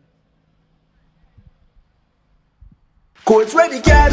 Money, move. Take a loan, enter to win. Money, move. Win cash, win a bike or a smart TV. Could even win a brand new car. Take a ready cash loan of $80,000 or more between February 19 and April 18, and you'll be automatically entered for a chance to win cash, a TCL Smart TV, AKT bike, or a 2024 Honda Creta. Big money, move. Authorized under Section 58.3 of the Betting, Gaming and Lotteries Act. Coach ready, cash ready when you are. Big money, move. Conditions apply. The Social Development Commission leads the charge in community development. We mobilize and organize community groups. We produce high-quality community data. We empower community groups to grow their businesses. We improve the quality of life of our citizens. The Social Development Commission, building communities, building Jamaica. Welcome back to Chedwin Park for the final time today. We've had 4 quarter-final games, and it's the final quarter-finals. It was Lynx versus Gail from St. Mary, Lynx from St. Anne. In the end, it was Lynx from St. Anne who won. They chased down 108 to win from 15 overs. They were 108 for 3. So they go through to the semi-finals where they will face Junction Ballards Valley, and then White Houses, they'll face the defending champion Fairfield. So that's 2 very good semi-finals to come. I do believe the semi-final games come up next week at the Ultimate Oval in St. Anne, and I hope you will be able to join us for those games. But for the final time today, I'm David Nugent. I want to big up Marlon Pinnock as well, Kiadora on the controls, and all the rest of the crew. Well done to you. It's been a fantastic 2 days of cricket. And I also want to say, God bless you and God bless Jamaica.